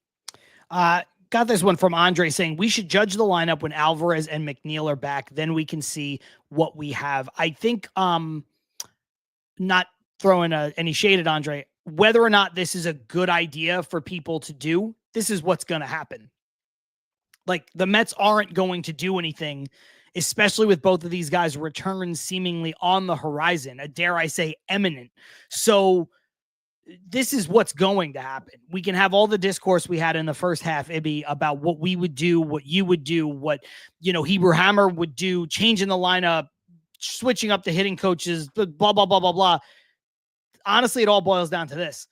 It's 14 games, and the Mets are missing what they feel. You guys know how I feel about Jeff McNeil. The Mets are missing what they feel organizationally are two big parts of their lineup, and that's a factor. It is certainly a factor. Couple good ones here. I just wanted to bring this one up. Jeff Cohen, shout out to Justin Hangeman. Nice job today. Yes, making his major league debut. Coming in as the bulk guy. Did a really good job, and yes, deserves credit where credit is due. Family was there, a couple strikeouts, good stuff. Love to see it. Yeah, definitely. And then couple here, Ibby, that I think are just kind of important to point out. Speaking of Hebrew Hammer, why isn't Gilbert getting called up? He's currently raking. He's 24 years old. The universe is speaking. Siri went down. Bring the kid up. Look, this Siri injury is going to be a long one. Yeah. And 2 months at least. Yeah. Yeah. Maybe longer too. Because it takes a while to heal that bone. Or rather, it takes a while to get your feet back under you after the bone heals. A fracture is going to heal for most people in about 6 weeks, but then it's getting your legs back under you. He's a legs guy. He's a speed guy. There's a lot of things, you need to have ready. Gilbert's going to get his shot. There's not a lot of other outfield options, especially center field options on this roster. The thing is, he just got called up back to AAA. He was on a rehab assignment in Port St. Lucie. He was hurt for most of the year. He's been hurt a lot. I would hope he would rip it at single A. I hope he would, which he did, which is great. He was ranking it more. Lucy.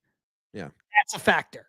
And he's been hurt a lot in his career, and he was hurt he had basically a lost season last year. So let's see. We got to wait. It's not going to happen. I get why people want to see him right away, because as Hebrew's saying, like the age, and we talked about before, like, hey, when you're 24, 25 years old, let's go. It's go time. We got to find out what you are. But the fact that, what John just said, lost the season last year. Okay. That's a big part of development. And look, I'll say this. If he hits AAA at a ridiculous rate, you'll see him sooner. Sure. But I still don't think unless he forces the Mets front office's hand and like, we have to call this guy up. Like, you got to be tearing the cover off the ball in order for that to happen. Otherwise, I don't think it's going to happen until late summer. That's how I look at it, because they're going to go with what they have. They're going to go with the better, and they're going to allow him to get better. Yeah. Best case scenario, it's June. But I don't even think it's June. Because I don't think it's going to be a best case scenario. If he forces their hand, it's still going to be June, because they want his legs under him. He had a hamstring injury last year. Now you're going to ask him to come to the bigs, play center field. People are in doubt next to Juan Soto. Correct. Remember we talked about the need to be rangy in center. Yeah. Yeah, and I know he's a center fielder, but there's been questions about whether or not he's a center fielder at the majors. He's more so, because of his arm and his range, he's more so viewed as a right fielder, which, right, break it to you guys, we already have a guy who's playing right field. So it's a tough spot. But I'm not denying that he's going to get a shot. I truly believe he will. I think so too. I just don't think it's going to happen as quickly as people think it's going to be. I would be flabbergasted if we didn't see Gilbert, Williams, and Mauricio all on the team at some point this year. Because those are the guys that are the closest. Those are the guys that are knocking. But their results still matter. Like, they got to be knocking on the door. They got to be knocking on the door to show, hey, it's time to see the next step in said progression. They have to be doing that. So yes, even though he lost a lot of time last year, Drew Gilbert going back to AAA, you got to rip the ball. You got to be hitting, and it's a hitter's paradise for many at AAA. Yep. Know that you can do it, and you'll get the call maybe a little bit earlier than you expect. But you got to be, you have to be forcing their hand tricks. I think they're going to go the route of, the Azukars, who was the other one? I forgot who the other option was. Billy McKinney, the return of Billy McKinney. We had a lot of fun about, people who weren't here before. We had a lot of fun when it came to Billy McKinney. At least I did, back in 2021. But, Billy McKinney, like those types you might end up seeing, or to change the conversation a little bit, you might just see them say, okay, we're going to put Luisangel Acuna out in center for a little bit, and then we're going to go from there because he's an athlete. Like, they might go that route. I don't know, but it's a possibility, especially when McNeil comes back, because that makes more sense if you're going to try something from an athletic standpoint than putting Jeff McNeil in center field. This is not a Jeff Wilpon run team. Like, I am not playing Jeff McNeil in center field when I have Juan frickin' Soto in right field. That is just asking for trouble, and that is very un-Stearns-like. There is no shot in hell that I'm going to be seeing Jeff McNeil playing center field for my baseball team. No, I think, and Andre brought this up before we had it starred from the first half. We knew we'd get to it eventually. Jeff McNeil playing center field today on his rehab assignment in the minors. Look, that is an in case of emergency break glass thing. Jeff McNeil, to his credit, has never really said that he wouldn't play somewhere. He played a lot of positions in the minors. He played second, third, first. There was talk about him being the backup shortstop in an emergency, before he got hurt. And there was talk, listen, I didn't start the dialogue. Other people started the dialogue. Yeah. I know. The Mets need an emergency shortstop on the roster, not necessarily a backup shortstop. That's probably Jeff McNeil, right? That was in spring, before he got hurt, before Baty, before Acuna, before all of that. I think this is what you're looking at, Ibby. I think you're looking at the same situation. You're looking at Jeff McNeil. Could we put him out there if we absolutely had to? That's what that is. This is not Jeff McNeil center fielder. That's a ludicrous concept. If you are going to play both of these guys, McNeil plays second and Acuna plays center field. I know Acuna is small for a center fielder. Yeah. It has been well documented, but he is a tremendous athlete. Like smaller, but he's I feel like he's got the stockier build where I think I could Yes. allow it as opposed to being rail thin and shorter like a Jet. I can't see Jet in center. I just can't. I support the guy and I want him to do well, but I can't see Jet Williams in center field. He screams second base to me. But Acuna, it's while I still see him more on the infield as an infielder, second short utility type guy, I think he's passable because of the stockier nature, if you will, build nature, to be a stopgap, if you will, for center field. Yeah, and that goes back to what I was saying last week. I think it was last week, might have been 2 weeks ago, about Jet Williams, which is whether or not take Jet out of the conversation. I'm just saying to refer to what I said last week. Acuna's future might be at second base with the Mets. His future might be as a utility infielder or utility player with the Mets. We don't know yet, right? But when a need arises, you pivot. The Nationals played Trey Turner in center field, right? Didn't they play Jackson Merrill in center field, despite being a shortstop? The Padres. Yes, now he's an outfielder. Right. So, and sometimes they stick and they stay out there. And sometimes, like Turner, they come back. No, this guy's our shortstop next year. We just need a center fielder, and he's the most athletic person we have. He's also the most major league ready prospect, so he's going to play center field. Yeah. That's what you're looking at with Acuna. That's what you're looking at, I agree with you, to a lesser extent with Jet Williams. Where their future is their future. The present is going to dictate what the Mets need and whether or not they can put somebody out there. And you could do a lot worse than getting a super athletic shortstop and putting them in center field. Now, people are going to say, well, what about Ronnie Mauricio? Ronnie Mauricio was a shortstop. Ronnie Mauricio is a very good athlete. He is not an athlete on the defensive side of the ball the way Acuna is. No. I wish he was, because you know what? Of the three guys, Jet, Acuna, or Mauricio, Mauricio's the one who physically profiles as a center fielder. I wish he would be able to move better, but he can't, especially coming off of the knees now. It would be asking for too much. But even when they tried him in the outfield, they put him in a corner a couple of years ago.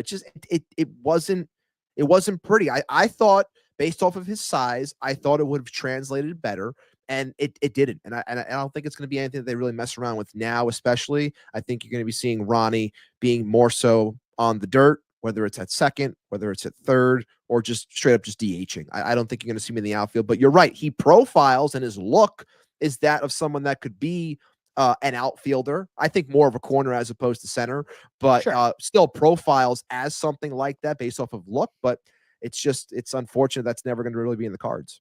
No, and I could see a situation. Let's just play this out really quick. Hypothetical. McNeil comes back. McNeil's not hitting, or McNeil comes back, Nimmo goes down. You could see a situation where McNeil is playing left field, Acuna is playing center, and a guy like Ronnie Mauricio is playing second base. You could see a permutation where that is possible for the Mets this year. And if you want to take Acuna out of there, or excuse me, you want to take Mauricio out of there, you could slide Jet Williams in. You could say, oh, I could see Acuna playing center, McNeil playing left, Jet Williams playing second base. I can see situations where that happens. What I can't see is any real deal situation where Jeff McNeil is playing center field. Ibby, I also can't see this. Carlos Ortiz saying McNeil in left, Nimmo in center. No shot. No Nimmo shot. Nimmo's done. Done. Nimmo is fielder. Done. I know someone said that somebody asked him a question, and he said, "Oh, I'll do whatever I can to help the team in a spot." And of course, that's a classic Nimmo thing, classic team player thing to say, captain-esque, co-captain-esque thing to say. I'm gonna do whatever the team needs for me to win games or help the team any way I can. It's commendable and it's great, but guys, I know people tend to throw this out there as a possibility because they want to think about other players to plug in left or what have you. It's not happening. The legs are not there. the foot, everything, all things considered, you're closer to seeing a full, in my opinion at least, you're closer to seeing Brandon Nimmo as a full-time DH more so than you are seeing him as a part-time center fielder. Like, that's the way I look at it, at least. Yes. And you know how you know? You know how you know that's the case? If Nimmo could play center field even once a week or even in an emergency, do you think there's any chance that the Mets play Jeff McNeil in center field in a minor league rehab game? Zero.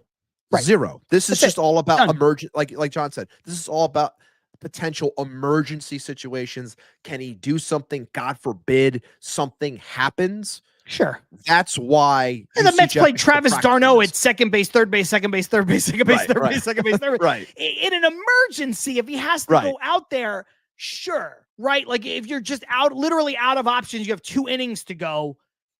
Yes. Right. You could do worse than him.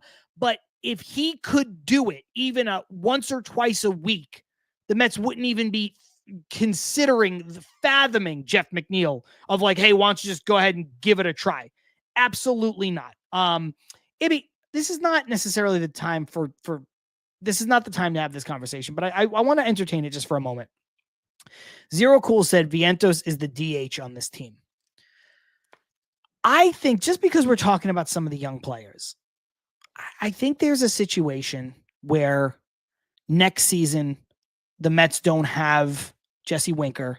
The Mets don't have Starling Marte. Vientos might be the not full-time DH, but most of the time DH, sometimes plays third, maybe sometimes plays first, depending on what happens with Pete and all that stuff. But I think there's a situation where Vientos might evolve next year and beyond into a DH, and you're looking at maybe somebody like Mauricio playing third, maybe it's Jet Williams playing third. I think that's possible. I do. I didn't think it was possible to start the year, and I'm not going off of 14 games. I'm just going off of what some of these other prospects in the organization might be, and I think they all profile to be better defenders than Vientos. Does that make sense? Yeah, absolutely. And I think that whether there was truth or not, I think that, the potential smoke that we heard about the likes of an Alex Bregman during the offseason was for a reason. And I had spoken a lot about why I thought it was a fit because of the defensive standpoint. And I think that they wanted to have better defenders across the diamond. And I think when you're building a team of pitching specifically, or we're building a staff that is based off of ground balls and needing tight defense behind it, because at the time, maybe you were still questioning what the offense would be because you didn't have Pete locked up yet. Like a lot of those things come back to needing strong defenders. And look, I know that we commend Vientos for doing well and getting better, but he's still a little, inadequate in spots. He's adequate at certain times, but still has the strong arm. I'm not taking anything away from him. I'm not saying he's not busting his ass and doing well, but I still think that this team might look at it and say, until proven otherwise, we are still looking for an everyday third baseman. Not taking anything away from Vientos as a hitter, because I think they love him as a hitter. I think they think that he can provide a lot from a power perspective for this team. But I do think, and I would not be shocked if they were looking for someone that could play a better third base really moving forward. And I think that you're proper in saying that, Ronnie Mauricio could be that guy. He could be. We'll find out. Yeah. And just to be clear, because I know I spent a lot of the offseason talking about how Vientos deserved to be the third baseman. Again, kind of like what I said before about situational hitting, nothing exists in a vacuum. Off of what he did last year and the strides that he made defensively, and still, like Ibby said, I tip my cap to how good Vientos has gotten despite his deficiencies that he still has at third base. There was a time where me, you, no one in the Mets organization thought he was passable at third base. He's certainly passable. I would say he's better than passable on average. He still has his blow-ups and everything like that. But it's different when you're coming off of the season Vientos had, and your options are, well, is it Vientos or is it Brett Baty? Or is it Vientos move into first because we didn't bring back Pete, and now Vientos has to learn a new position, and now we have to put Baty over there? Like, That's what I was arguing against doing. Yeah. If the Mets would have signed Alex Bregman and they're like, instead of Pete, hey, we signed Bregman, Vientos, you're the first baseman now. You're like, okay, cool. Bregman's significantly better than Vientos. That's how that math changes. And I just think when you look at the landscape of the prospects that they have, some of them may not be here because they might make deals and eventually you're going to have to give to get. I know the Mets have been a little, I don't want to say, let's say shy, Ibby. I think that's fair. The Mets have been a little shy to include some of their top prospects in deals because let's be honest, most deadline deals don't really work out, right? You don't usually acquire somebody that pays huge dividends for your team when you're the acquiring team. Sometimes Cespedes, things like that. It's amazing. Javi Baez even was a revelation for the Mets. But a lot of times you get a lot more Darren Ruff than you get Cespedes if we're putting them on a spectrum. So he who not should be named was the best acquisition, and everyone hated him at that deadline. Numbers wise, he was the best guy. So no one really at that deadline was a winner. And they gave up bigger pieces and they got players that thought were going to do great and they stunk.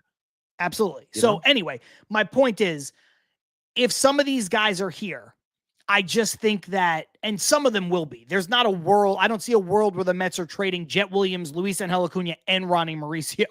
You know what I mean? And you got to factor in Baty. I don't, but just for the sake of the conversation, there's 4 guys that are going to play a better defensive third base than Vientos. Some combination of them are going to be on the team. So I just think eventually Vientos is going to find himself as the most of the time DH. And obviously that math changes if they don't bring back Pete, but that's a conversation for way in the future. And to finish the point here, I know we spoke a lot about this as to not just putting a young player in the offseason. We spoke on this a lot, not just putting a young player who's still trying to find his footing as a DH, because just being a straight up DH is a difficult job. So I think that by giving him full run this year as the third baseman, I think his overall results are going to be really dictating what they might do moving forward. Because if you give him a full year as the full-time third baseman with a couple of spells here and there, and your offense takes a dive, or you fall victim to a proverbial sophomore slump and they don't like some of the underlying things there, well, then they might say, well, we're going to move you to DH now. We're going to try something different. Like, that wouldn't shock me either. I'm not saying it's going to be the case, but I think that is part of the potential math here. Listen, I'm not going to call Vientos Rafael Devers. That's very unfair. Devers is, one of the best hitters in the sport. But Devers got moved to DH. But Devers got moved to DH after being a bad third baseman for a very long time and them acquiring an objectively better third baseman. Now, if they didn't acquire a third baseman, but they had a third base prospect, you eventually see that move maybe happening anyway. I agree with you, Ibby. I don't like making a young player a full-time DH, especially when that young player's breakout season came in concert with the way that they had to go out and play the field. Like, Vientos came out last year in June for us and was a revelation offensively, but he was engaged in the game. He was playing third base every day. He was in the field. This is a guy who has a lot of pride in what he does. Every player does, but you know what I mean? And so taking that away from him for quote unquote no reason or through no fault of his own, because he played fine last year, would have been foolhardy. Whereas, okay, we've given you a full season. Guess what? We also had Ronnie Mauricio here. Ronnie Mauricio is also hitting. He's a better athlete. We're also not bogged down by the Starling Marte contract anymore. We also didn't re-sign Jesse Winker. The math just says that you're the DH. Like, that's just the whole situation changes. By the way, shout out Hebrew Hammer. Mauricio will be the third baseman. I'm a Mauricio guy. So I stand on business when it comes to I hope he does well now that he's going to start getting into some live games. I hope he does well.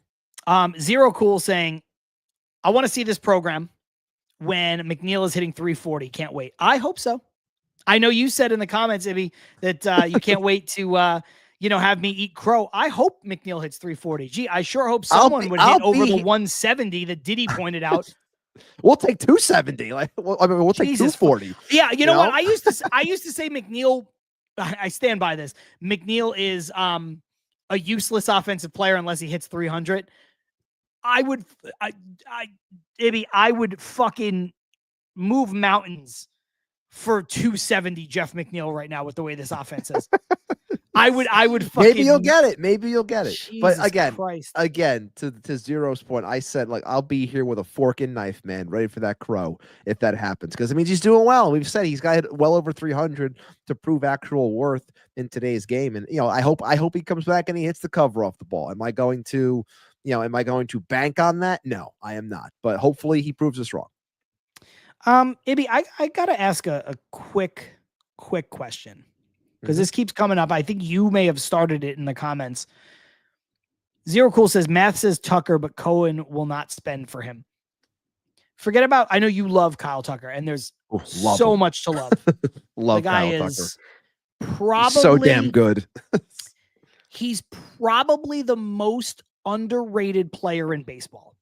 If he's not one, he's no worse than 2 or 3. Like, he just kind of is unheralded in a way, right? Like, the guy's great, and it's just kind of like, oh yeah. I think maybe it's Jose Ramirez is number 1 still. They always say, like, somehow. I had a feeling you were going to say that because a lot of people always say Jose Ramirez. They always say J-Ram. And then when they ask the players, are like, for some reason, people think that we think J-Ram is underrated. Nobody in baseball thinks J-Ram is underrated. But I think from an optics standpoint, I think it's just because people think that Kyle Tucker, sometimes he wears gloves, sometimes he doesn't wear gloves. He kind of comes across as like a boring guy, but he does everything so well. I know an article was just reading about how much he's transforming the Cubs, and the Cubs, if they had a brain, they would do everything that they can to keep this guy and extend him and give him the money that he wants. But at this point, you're talking about a guy who just saw Vlad Guerrero get $500 million, and he has every right to go into free agency and say, you know what, I want $600 million.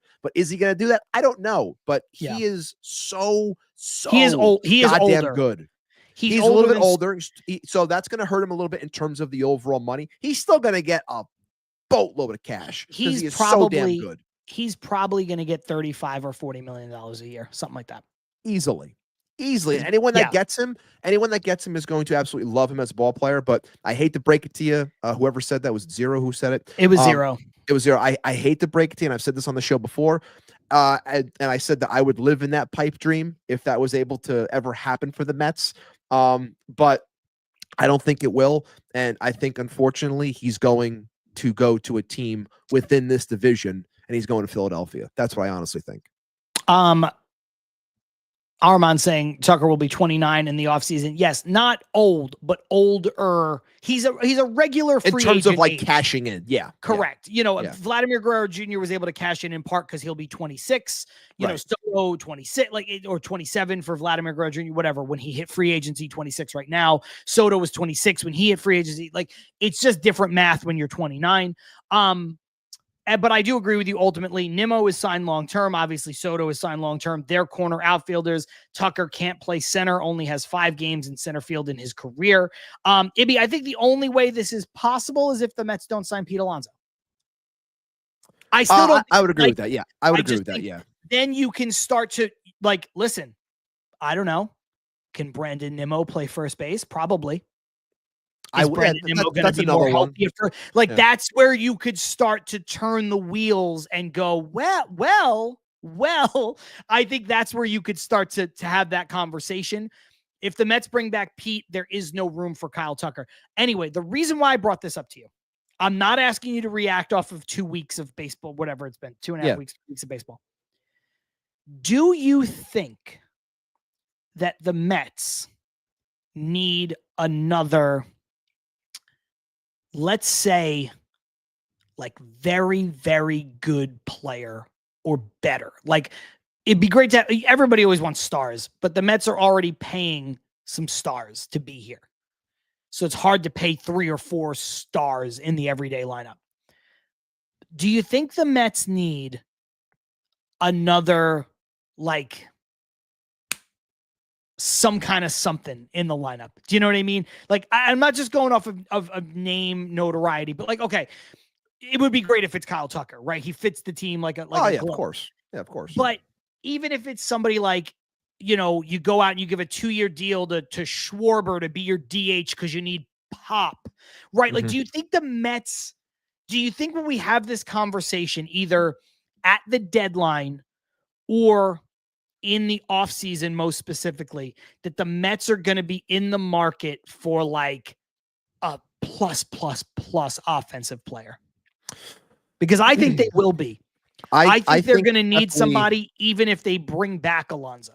Like, I think if they bring back Alonso, they can't get Kyle Tucker, but then I wouldn't think it's crazy if they got Schwarber or something like that.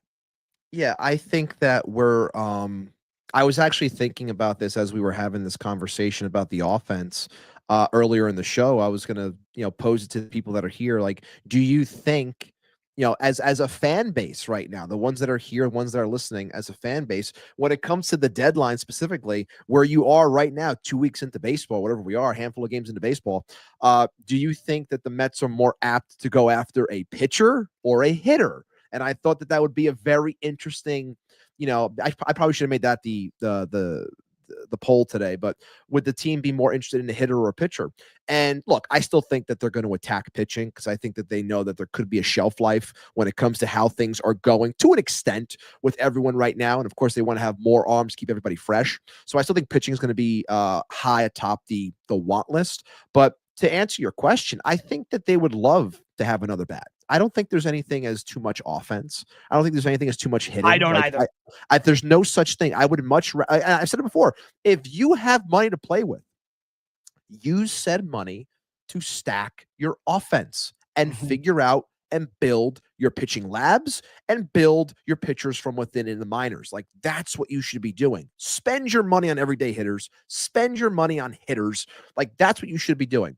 Is there, like, I'm trying to rack my brain as we're talking here. Like, is there anybody, like, off the top of my head that I can think of that makes sense for this team in general? What might be available? I can't think of anyone at the moment, but to answer the question at hand, like, I do think they would much rather have other types of players that can fill this team on a more consistent basis as opposed to playing the constant rotation game. There's a reason why, Jesse Winker's back on a 1-year deal. There's a reason why this team wanted to move off of Starling Marte. Like, these guys will be gone soon, like within the next year. And then you have more money to play with, and you can find certain players that can fill in said roles. But that means that there's openings and opportunities for the offense to be filled in. And I do think that this team still wants more offense, even when we're talking about the likes of Lindor, Soto, Alonso, because like I said before, you're still trying to think about the future of this team, and they're going to be trying to build beyond this window they're in now. Because again, you have Juan Soto for the next 15 years. You want people next to him, which is why we talked about Vlad as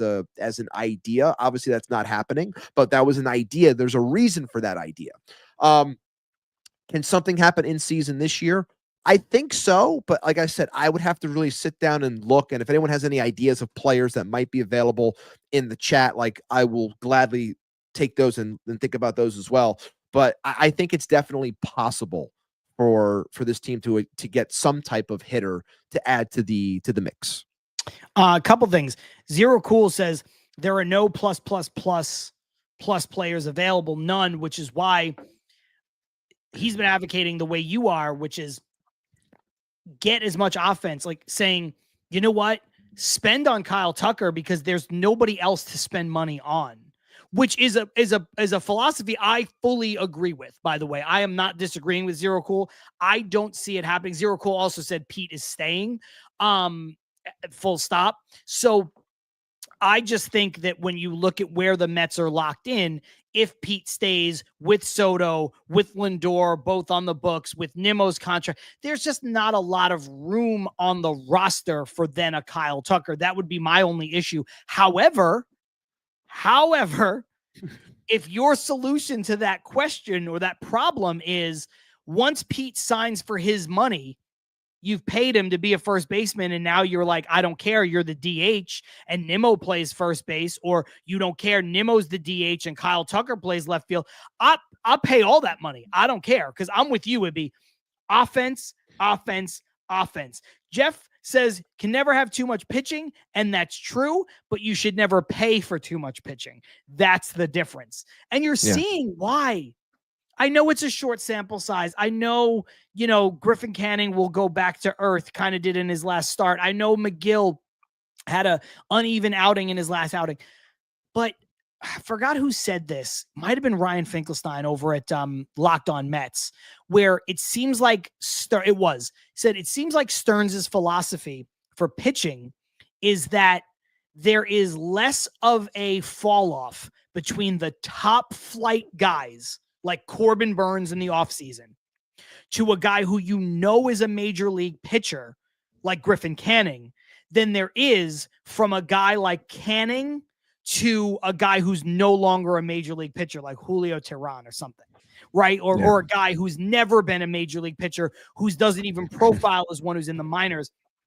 And I think that's a really smart way of putting it. I don't know if you agree with that, but I wasn't sure if you're going to keep going or not. No, but I'm with you on that. And I just in general, I think that this team, and I want to put this out too. I don't want it to seem like I'm already like bagging it on the offense and I'm saying you need more. Like I still think this offense can do very well. I'm just thinking, as I always am, I'm always thinking ahead a little bit and trying to, like we always do, play, couch GM and seeing how things might play out. I do feel that they want more offense and they want more consistency within the offense and they want to have pieces here that they can build on for years to come. If that happens this year during the deadline, I don't think it is in terms of that player, but moving forward, obviously I do think it is possible. But the one thing I do want to say, because we do got to get out of here soon, I did want to give our flowers to a certain player. I did make a quick graphic this week and I wanted to make sure we got into it. And that was a lot of talk, especially on John's end, a lot of talk when it comes to second base and feelings about second base. And I thought that it was proper to give some flowers. I made this during the day before the game happened, so these numbers are just a smidge off. I know I should add a stolen base as well as an RBI on here, but we have to give some love. We got to give said flowers to the man on fire, and that being Luisangel Acuna. His last 5 games, 7 for 17, 2 doubles, 3 steals, 3 walks, and over 1,000 OPS. That should read, 4 steals, and of course, he's got a handful of RBIs. He's been a spark plug for this team. He looks as though he belongs, and I know that my partner over there is ready to do some dancing on some graves because he feels vindicated about the bright lights guy that is Luisangel Acuna. And look, he's done a fantastic job amongst a team that has struggled offensively. He's done everything he can to spark them when it comes to stealing a bag, when it came to putting himself in scoring position, and during this game, having the hit that he did to get to tie the game. All in all, busting his ass and getting rewarded by getting starts against righties because they had been doing the whole righty-lefty thing with him and Baty. Baty's had some hits here and there. Good for him. He's lifted the ball a couple of times as well, which is always nice to see. But Acuna has done everything to earn that job. He should keep on getting starts at that position until McNeil is ready to come back. So shout out to Luisangel Acuna. I am handing you your flowers because you are this week's man on fire. Yeah, and look, Zero saying everybody likes Acuna, all in all caps, everybody. I think that's fair. I think people are mixed about the type of player Acuna can become. But I don't think anybody is like dislikes him as he has too much raw skill to be like a bad major leaguer. Do you know what I mean? Like people like he's someone that you feel like is always going to have a job. Yeah, a lot of people have been saying this about Drew Gilbert lately, where it's like, for Gilbert to be a good regular in the major leagues, like a lot of things have to go well. Like he has to have a lot of stuff kind of click and that would be terrific. But then you look at a guy like I think it's Nick Morabito, right? Is an outfield prospect for the Mets, yes. Where it's like toolsy guy, true center fielder, fast, steals bases, just some raw things that it's like, well, you know what? If the hit tool doesn't come, you could see that guy being a 4th outfielder, maybe a 5th outfielder, plays every position, plays it well in the outfield, comes in late, steals a base. And so like, that's kind of what Acuna's floor is too. Yeah. And like, that's good enough. If you play plus defense, leave out the other positions. You play plus defense up the middle on the infield, shortstop and second base, and you can steal bases, you're going to be around. That's it. Now you add to the fact, Acuna has something that a guy like Morabito doesn't. He's an Acuna, and he's never going to be his brother. I understand that, but like, he has all of you see the talent in him when he plays. We talked about it a couple weeks ago. He plays like a guy, for better or worse. He plays like a guy who's already a superstar.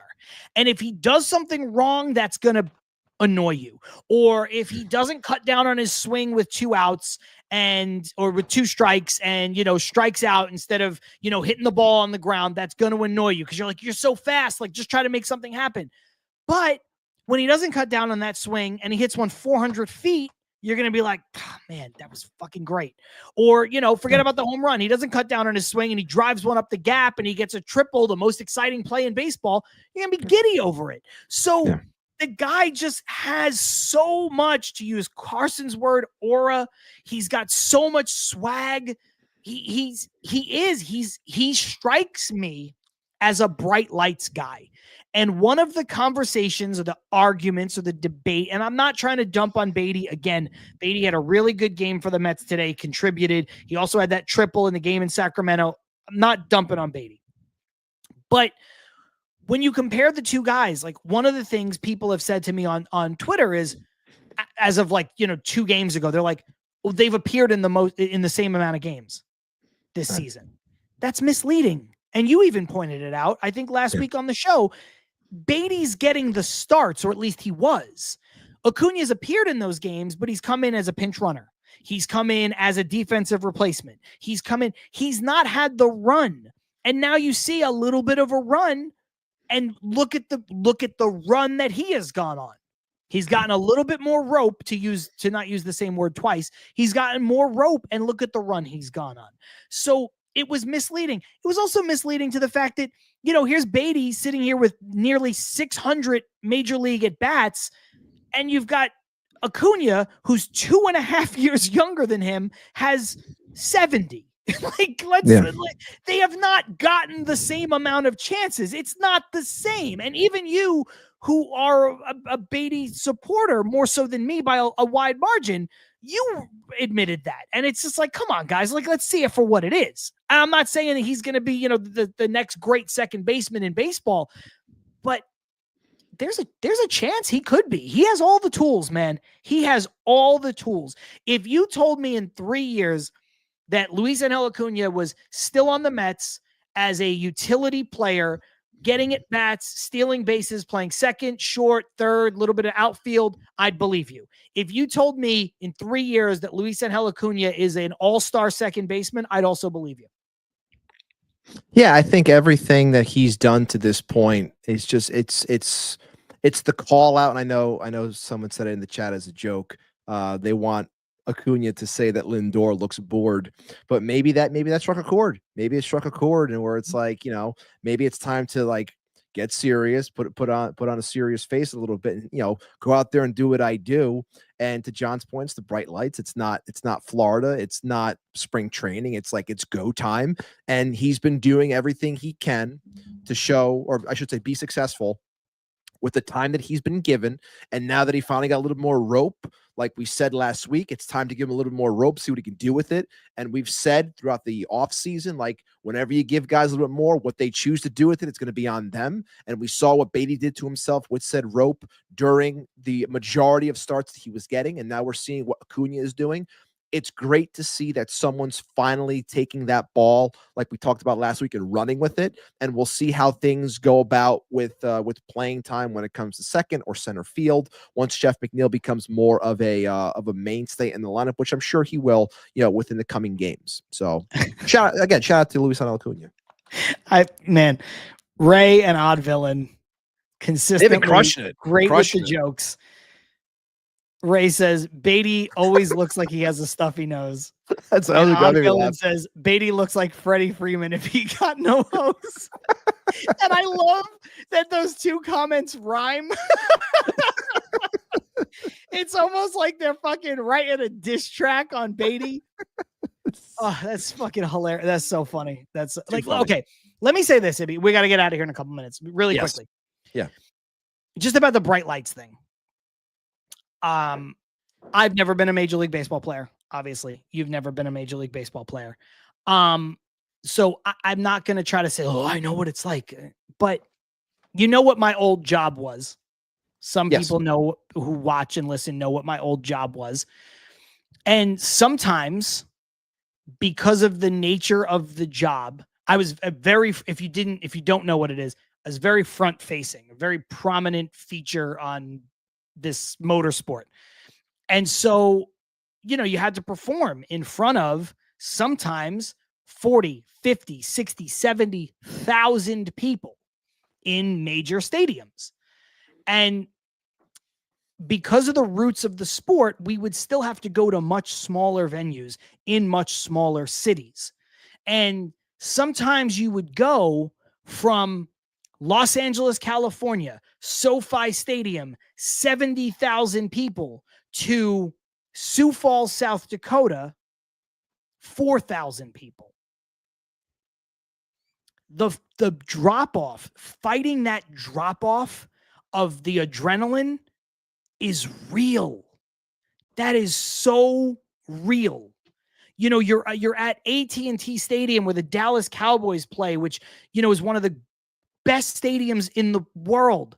It's got every bell and whistle that you could want. It's got all the you know, you're on camera on a giant screen. Every imperfection on your face is visible. It's massive. It's crazy. And then you go to Nampa, Idaho, and there's 1,200 people there. Yeah. And now I'm not trying to put down any of these cities, but the point is those 1,200 people, they came to see that, and they want this top tier presentation. And you have to give them the top tier presentation because for them, that's their big spot. Some of those people will travel and they'll go to the bigger stadiums, but some of them won't. Some of them can't, quite frankly. It's expensive to travel with your kids and take your family on a trip to go to an event that's already expensive too. So the drop-off is real.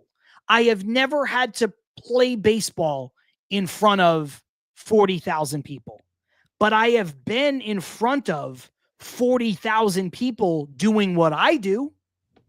And I've also done it in the quote unquote minor leagues, doing it in front of 4,000 people. Yeah. And so there just is a difference. I don't know how else to put it other than that. There is one inherently. Yeah. I mean, it just, from my perspective, I've never had it where I'm doing it in front of that many people. But you know, just thinking about, you know, when I played baseball and the crowds that would be there versus the crowds that are not there, it's like, yeah, it's a lot different. You feel a lot different when you have, you know, a large group of, let's say, 100 people watching the game versus 2 people watching the game versus nobody being there. I've played games where like there wasn't a soul to be found. We're just playing a game. And I've had it where there's been bigger crowds, and you definitely feel a different type of energy, if you will. So yeah, I think that it definitely plays a factor, and I'm glad that he's showing out to the best of his ability up until this point. Hopefully he can continue. Ray saying Sioux Falls catching strays, and it deserves them. It does. If you've never been to Sioux Falls, don't. I have not. Yeah, I mean, it's the best place in South Dakota. So okay, cool. Good to know. Odd Villain saying OnlyFans? No, not OnlyFans. If I did OnlyFans and I averaged 70,000 viewers, I think I'd be all right. He's probably not doing the show either, if that was the case. Stevie Mac says, then to East Rutherford, New Jersey, where you can get deep fried hot dogs at Rutt's Hut right up the highway. I have been there. I don't know if I can hold on. I've never done this before, but there is my hold on. Oh, there it is. That is my custom. It's my custom Jets jersey. I'm a Jets fan, kind of, sort of still. They've broken my spirit a lot, but that is my custom Jets jersey given to me so graciously by the New York Jets when I was at my old job hosting an event at MetLife Stadium. People told him that I was a big Jets fan, and that was presented to me, and it is framed and on my wall. So I have been to Rutt's Hut, and yeah, that's it. That's all I wanted to say, and maybe just show off my my jersey. Before we get out of here, and we got 400 people here, shout out to everyone that has joined us today. A majority of you on the Twitter side. If you haven't already, make sure you like the video on the YouTube side. If you're over on the Twitter side, make sure you head on over to the YouTube side so you can like the video, subscribe to the channel. We did gain a handful of new subs today. We appreciate all of you. We saw some new names. Welcome. We saw some new names in the chat. It's always great to mix it up with all of you. Fantastic and hilarious comments, as always. So we are appreciative of that as we're closing in on that 2-hour mark to close out the show. The one thing I will say on my final note to get out of here is when it comes to team identity, and I'm choosing to talk about team identity because I don't want to talk about, I've changed my mind. I don't want to talk about the Juan Soto nonsense because I don't want to give it any more light because it doesn't deserve light at all because it's a non-story in my opinion. So I'm going to choose to go the route of team identity, and that is I still feel that this team, to John's point earlier, is trying to find themselves amongst the back and forth when it comes to weather, hot, cold, early goings. I'm not going to lose my mind like some have already when it comes to this team, but I do feel that we are still searching for the 2025 vibe, if you will. What is this team? What is this team going to be for the season? And I think ultimately from the stuff that I've heard from the players in post games, they're trying to just be what might be boring to a lot of people. It's not OMG. It's not grimace. It's like we're trying to be a winning ball club. We're trying to win games. Like our job here is to win. We want to be a sustainable team moving forward, not only this year, but moving forward in general throughout years to come. We want to be seen as a winner. And to bring it back to Rosie K's comment earlier today, which is so eloquently put, that is, this team needs to play better baseball. They have to play cleaner baseball. The defensive miscues from Lindor, unheard of. Don't really see those, okay? They've happened more times than not this year. I think he's got 4 errors already, which is just wild to say because he's always so perfect when it comes to the glove. I think that we're still trying to find ourselves. I think that guys are still trying to mesh, if you will. And I think that they will get there. But I do think right now that this team, while winning games, which is a good thing, I'm not trying to paint it as a bad, they're winning games still. I still think that they're trying to find an identity. And I think that in time, it's going to come. And I feel that as the weather turns, we're really going to start to see what this team can truly be. I'm not losing my mind like many are. Hopefully today's therapy session helps some of you calm down a little bit. And hopefully when we return next week, we will have some better and more upbeat topics to cover. That's all I got for this week. Let's go Mets. And I appreciate all of you. I don't have much to add. I will just say team identities develop over time. It will come at some point. There'll be some goofy shit that happens. I'm sure it's the Mets. So, you can't make grimace happen. You can't even make OMG happen. It's serendipitous. It's a confluence of events that get you to those spots. So the team identity, the team having fun, goofing off, that comes with time. I know it's a lot of the same guys from last year, but you don't rehash last year. You put last year away and you move on. There's also different guys, and different guys are going to have different identities and different vibes and all that stuff. Also, some of the guys who were here or weren't here aren't here right now. No Alvarez, no McNeil. They'll be back shortly. No Manaea. Montas wasn't here. So there are some differences. You have to let it develop. As far as the Soto stuff, I agree with you. Total nonsense, complete nothing, absolute garbage. Patty in NYC PB said something earlier about I'm just so unconcerned with it. It was such a bad article. My issue, I tweeted it out, which was just to ask him an honest question like that, get him to give you an honest answer, and then twist the headline, twist the promotion for it, and then put that article behind a paywall that most people don't subscribe to is dirty work. That is not fair journalism. Most people and then not tweet about it the entire time it's getting run to then say I'm going on a radio show to talk about it. Garbage. Right.